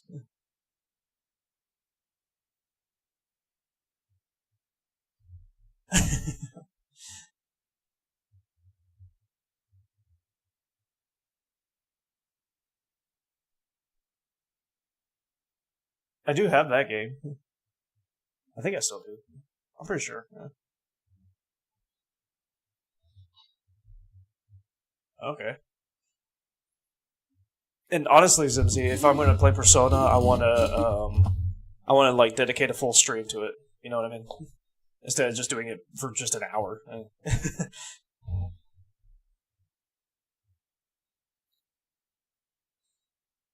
All right, yeah, let's do Fall Guys then. I'll change the category here on Twitch. It's been a while actually since we played that.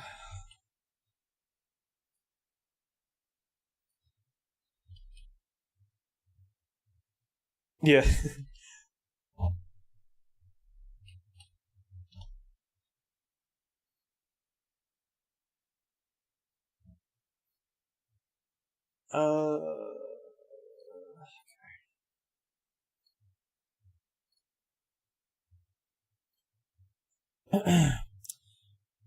You ain't doing that wipeout shit. I remember that. That was crazy.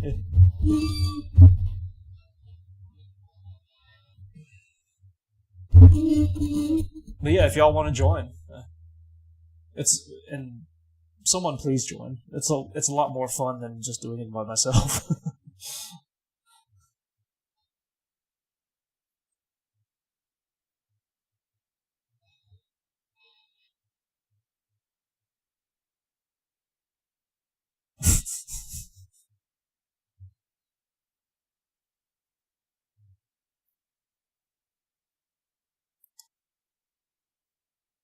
Should we ban Maker?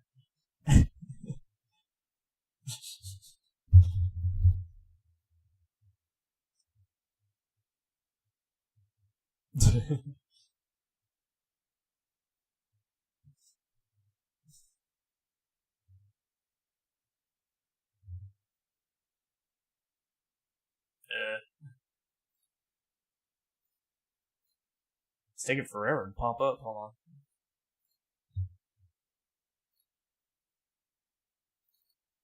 Oh, there we go. Jesus Christ. Ugh. Hang on.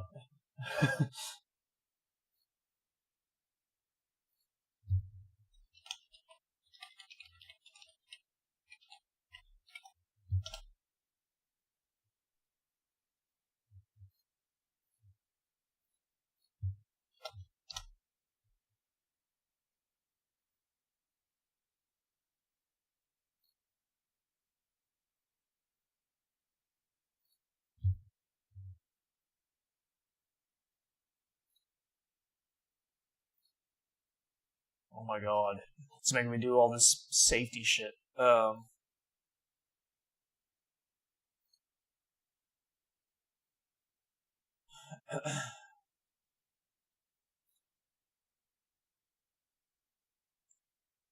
it's updating now. Got in finally.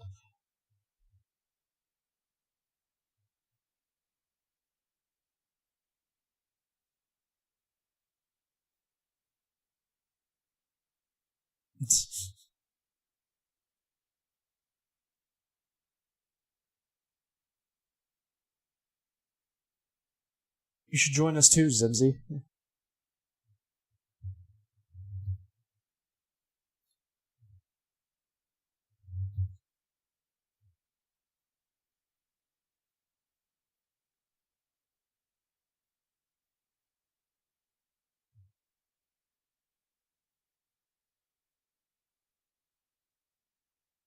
Okay. There we go.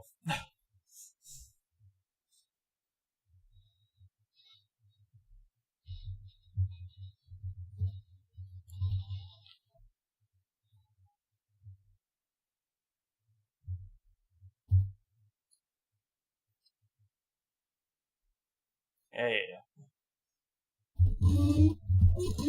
Max team is 4 people, so it's you, Megar, and Zimzy, and then I'll be here for. Okay. Oh, you don't have it installed? Aw.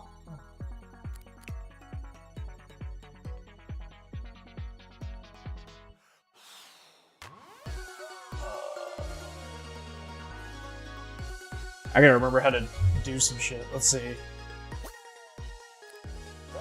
How do you invite people again?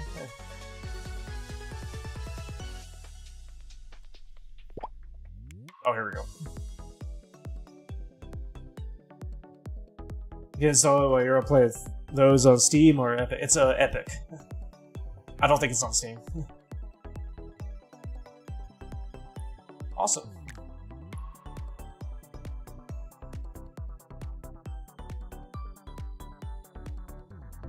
Yeah.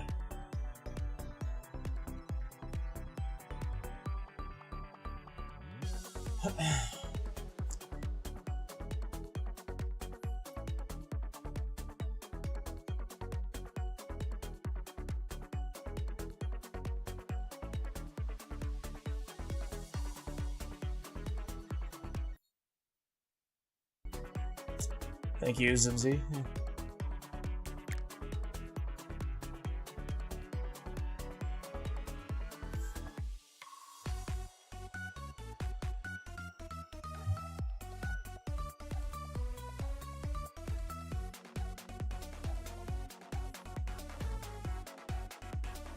Okay.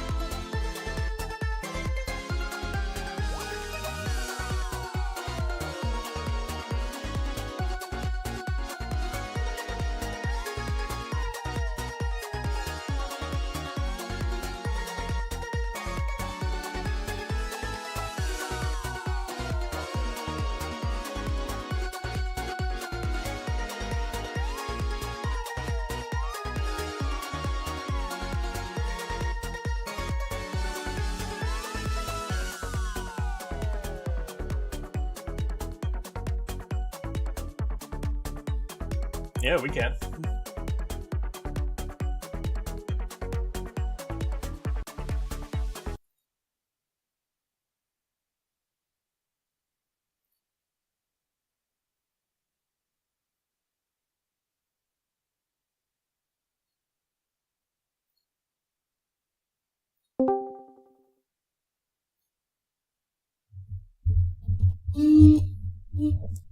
Alright, I'm in the Discord. Actually, Chaos, are you in my Discord?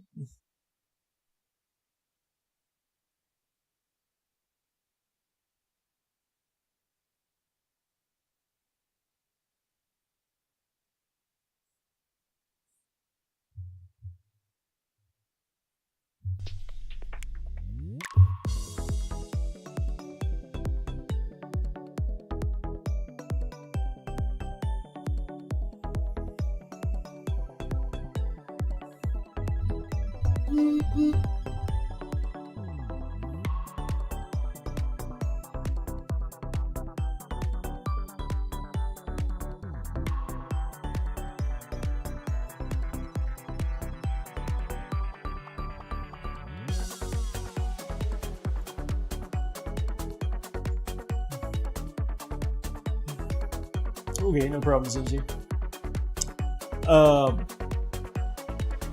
Yeah, my Discord link is in my bio on Twitch, or yeah, Midgar can just send the link. Either way.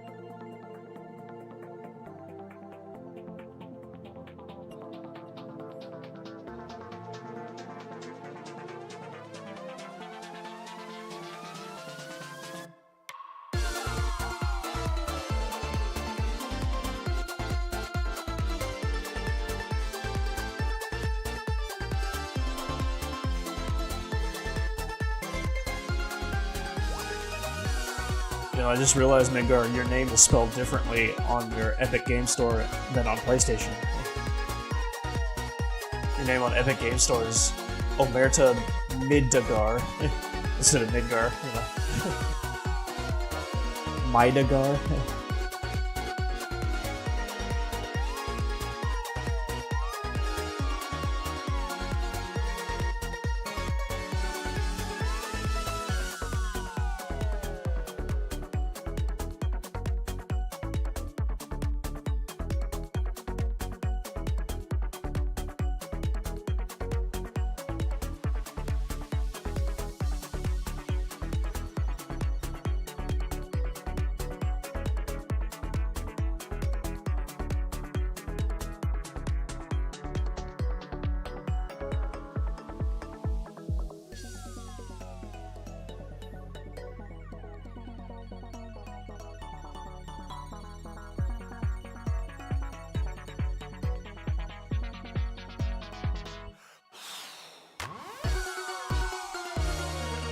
Red variations named everywhere, yeah.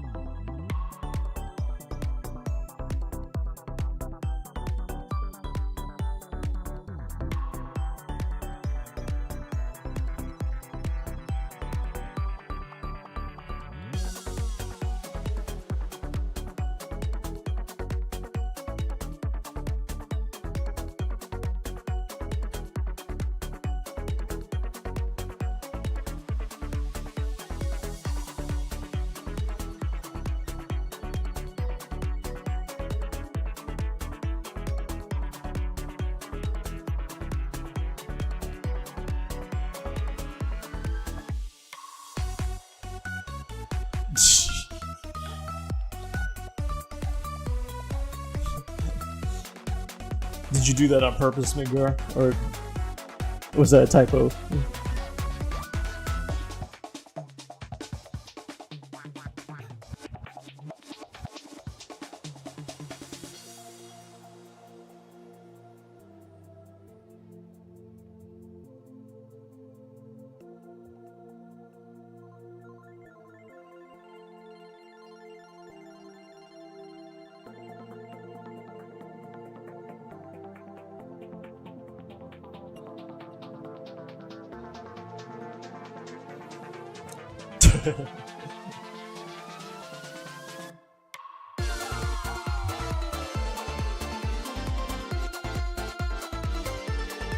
Well, I'm talking about Midgar, your name on the Epic Game Store. It's not Midgar, but it's a Midgar. Like there's an A between the D and the G.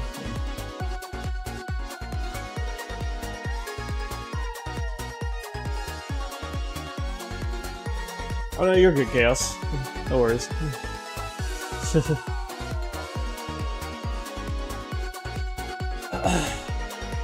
What's your name on here?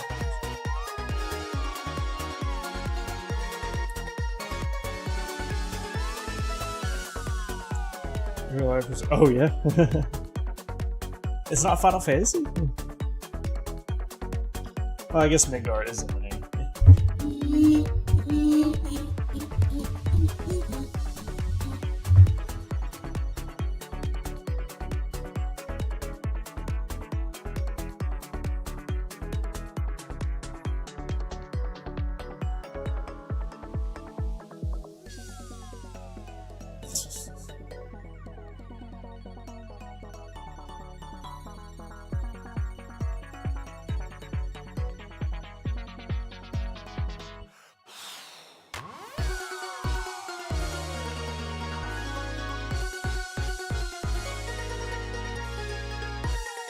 Perfect Chaos? Okay.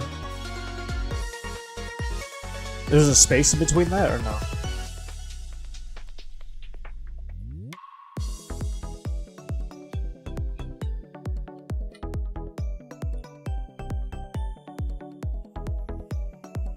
Okay. Oh no, I found you. Never mind.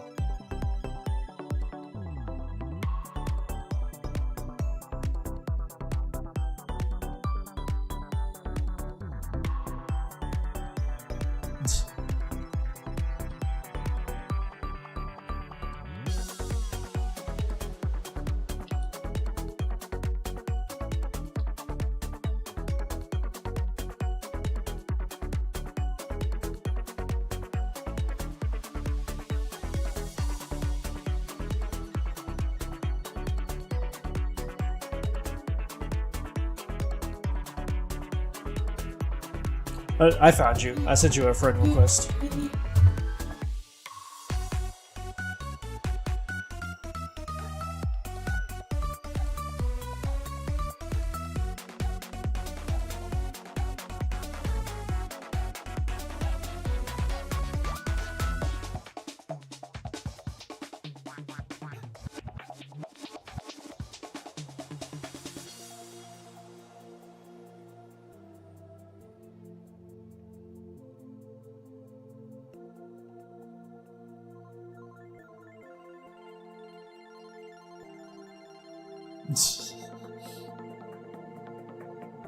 By the way, my internet's going all out of whack here, so sorry about that. I'm sure I'll be back in a second. Actually, my internet shouldn't be the problem at all, honestly. Might be Twitch. I wouldn't be surprised.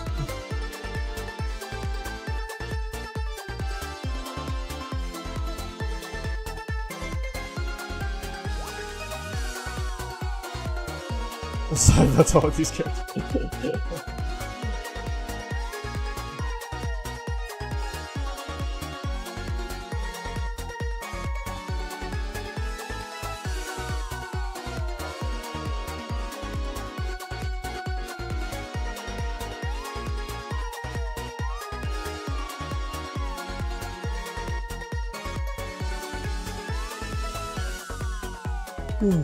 Someone has their name isn't a streamer.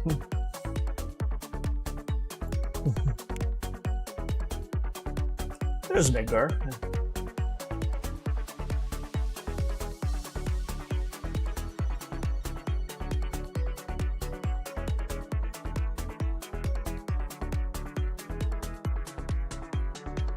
Oh, hey, Sloops Arena, how's it going?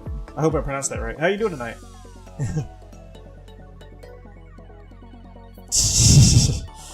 When am I gonna start the game? Just whenever Chaos gets in.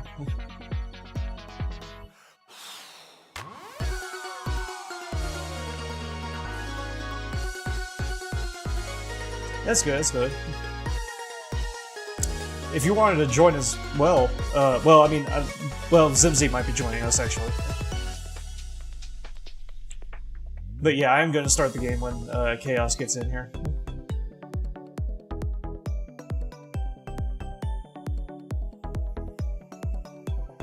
Hey, nice, okay.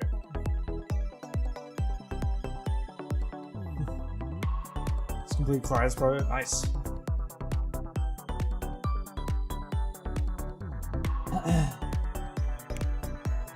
There we go. Alright,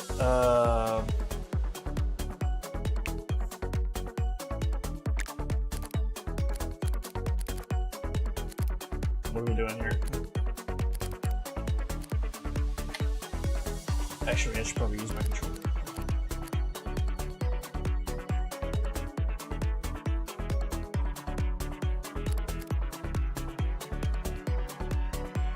I was born in Georgia.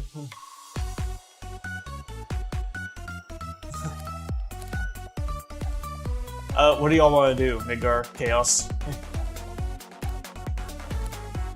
I guess, squads? Or knockout?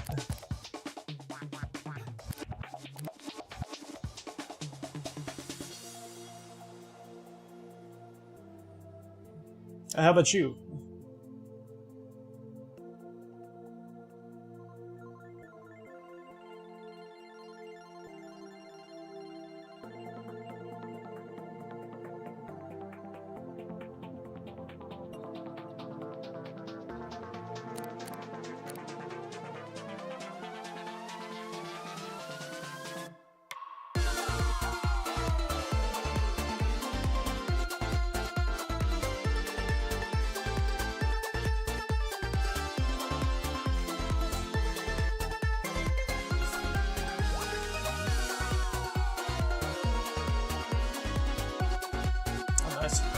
We had, based, you know, from the title of my channel, you go with whatever? Okay. From the title of my channel, we play mainly Final Fantasy games, because it's my favorite series, video game series. I'm ready whenever you guys are ready.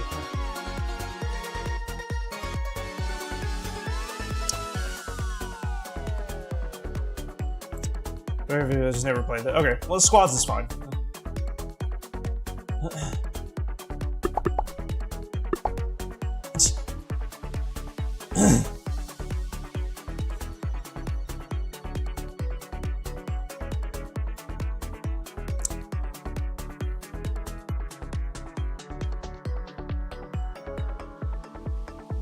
By the way, Midgar, this might be a possible Bazinga, but I'm not sure yet.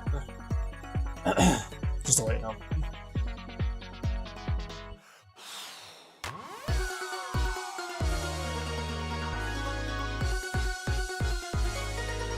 We're waiting for you, Midgar.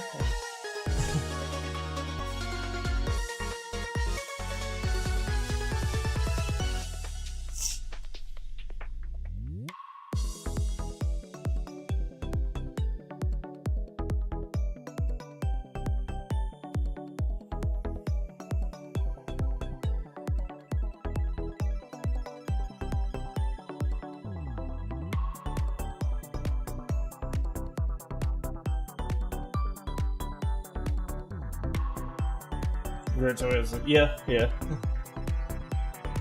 That's fine.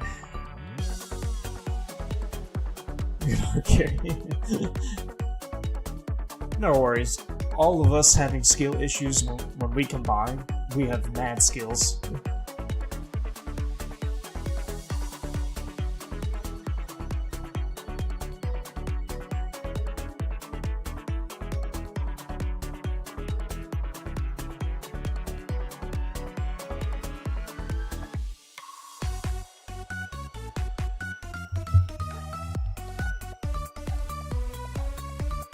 Hello. Yo.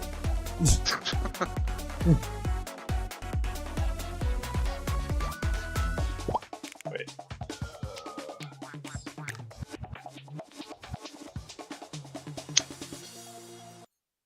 Let me turn you up here. Okay.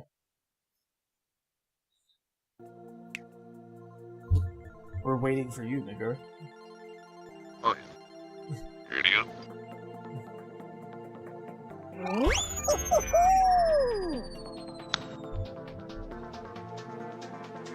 Hi. Hello. Oh, hi. Hi there. How's it going? Pretty good. It's good. Let's hope our teamie can hard carry us to victory.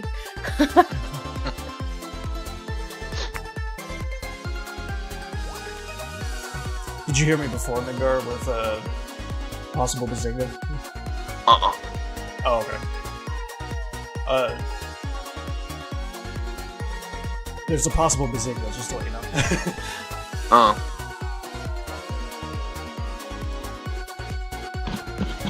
You said a possible what? Bazinga, you remember we talked about Bazinga? Oh yeah, Bazinga, yeah. Yeah. It's them southern ears. He don't listen.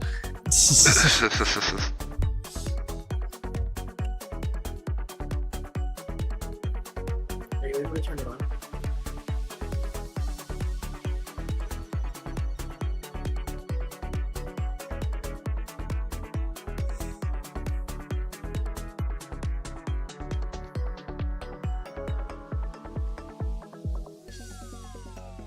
You let me know when the Bazinga and I will.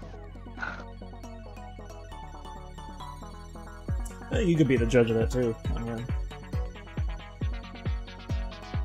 It's a really fun game that you guys are talking about, and I know exactly what you mean without having been told. I'm well skilled in that game too. So I'll throw an opinion your We're way not if I need to. we're not talking about a game. I know what you're talking about. Oh, okay. Just trust me, I know.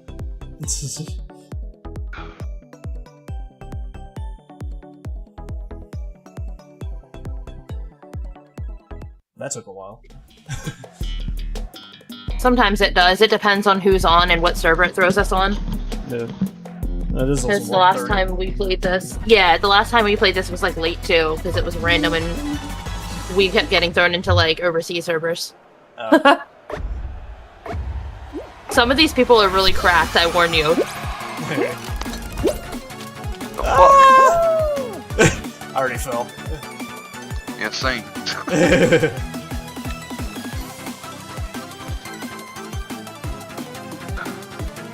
Am I just stuck shit. falling?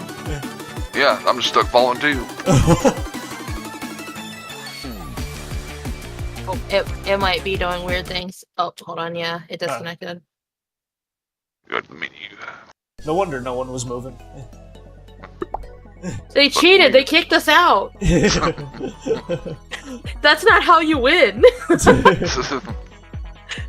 Yeah, it looked like I was the only one moving. I was like, am I doing something wrong? That was so weird.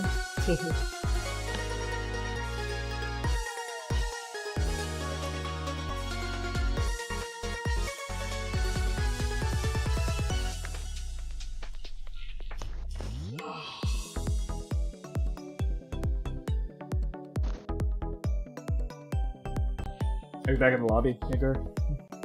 Yeah, I gotta turn that up. You just drive me fucking crazy.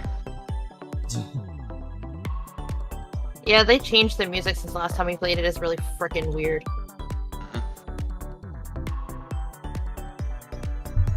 I remember last time we played that you, every time we played them snow levels, you you put it on me to make sure we make it to the end. Well, that's still the rules. See, Liam doesn't know enough to tell you, but I'm telling you. For all the snowy levels, you better take us to victory.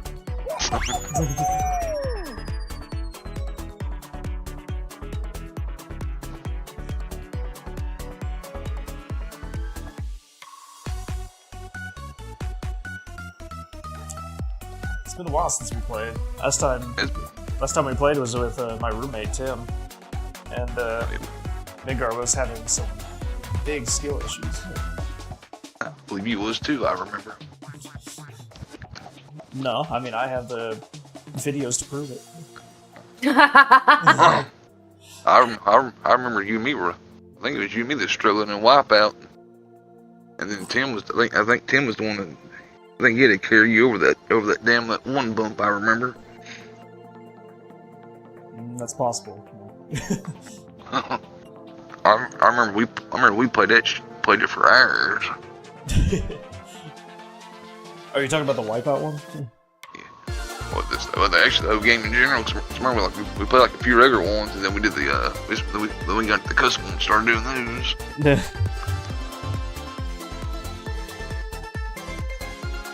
Am I still streaming? Oh, I don't.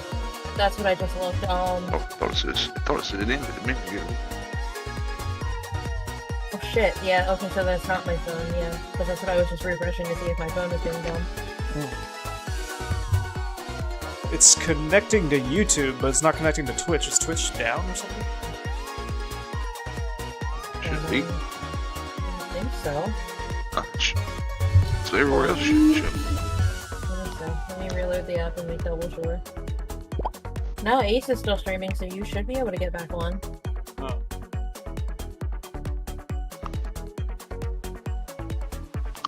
He's more close to your area for server-wise, so if he's able to stream, you should be able to get back in. Yeah.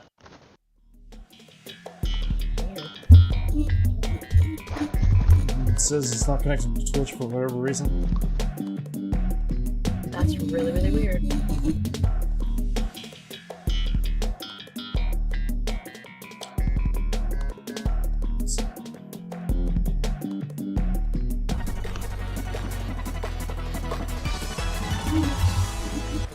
If it doesn't get back on after this, then stop and start again.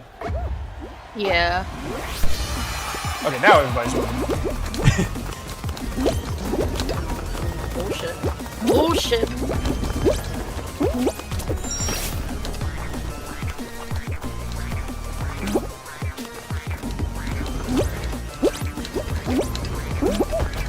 Oh no! You fucking greedy fucks.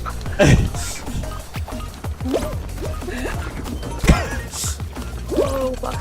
No, no, no, no, no, no, no. Oh my god.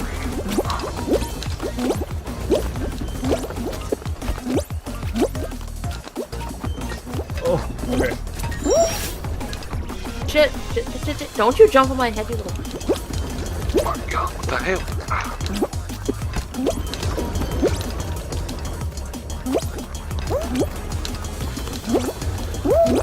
Oh my god, oh my god, oh my god. No!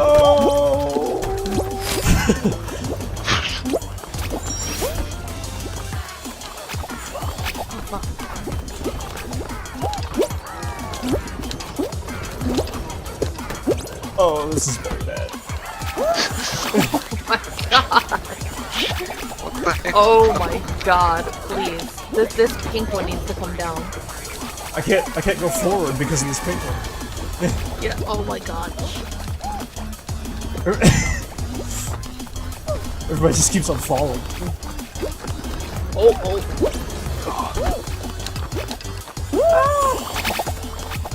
Damn. Whew, okay.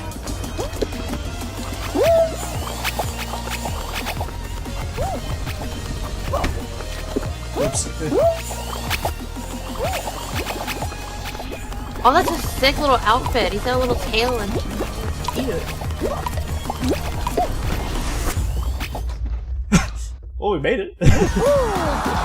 Yeah, I got over. I don't know about the rest of y'all, but I got over. Oh, okay. Glad you did, because I couldn't get past that pink one. Yeah, I like had to leap for faith.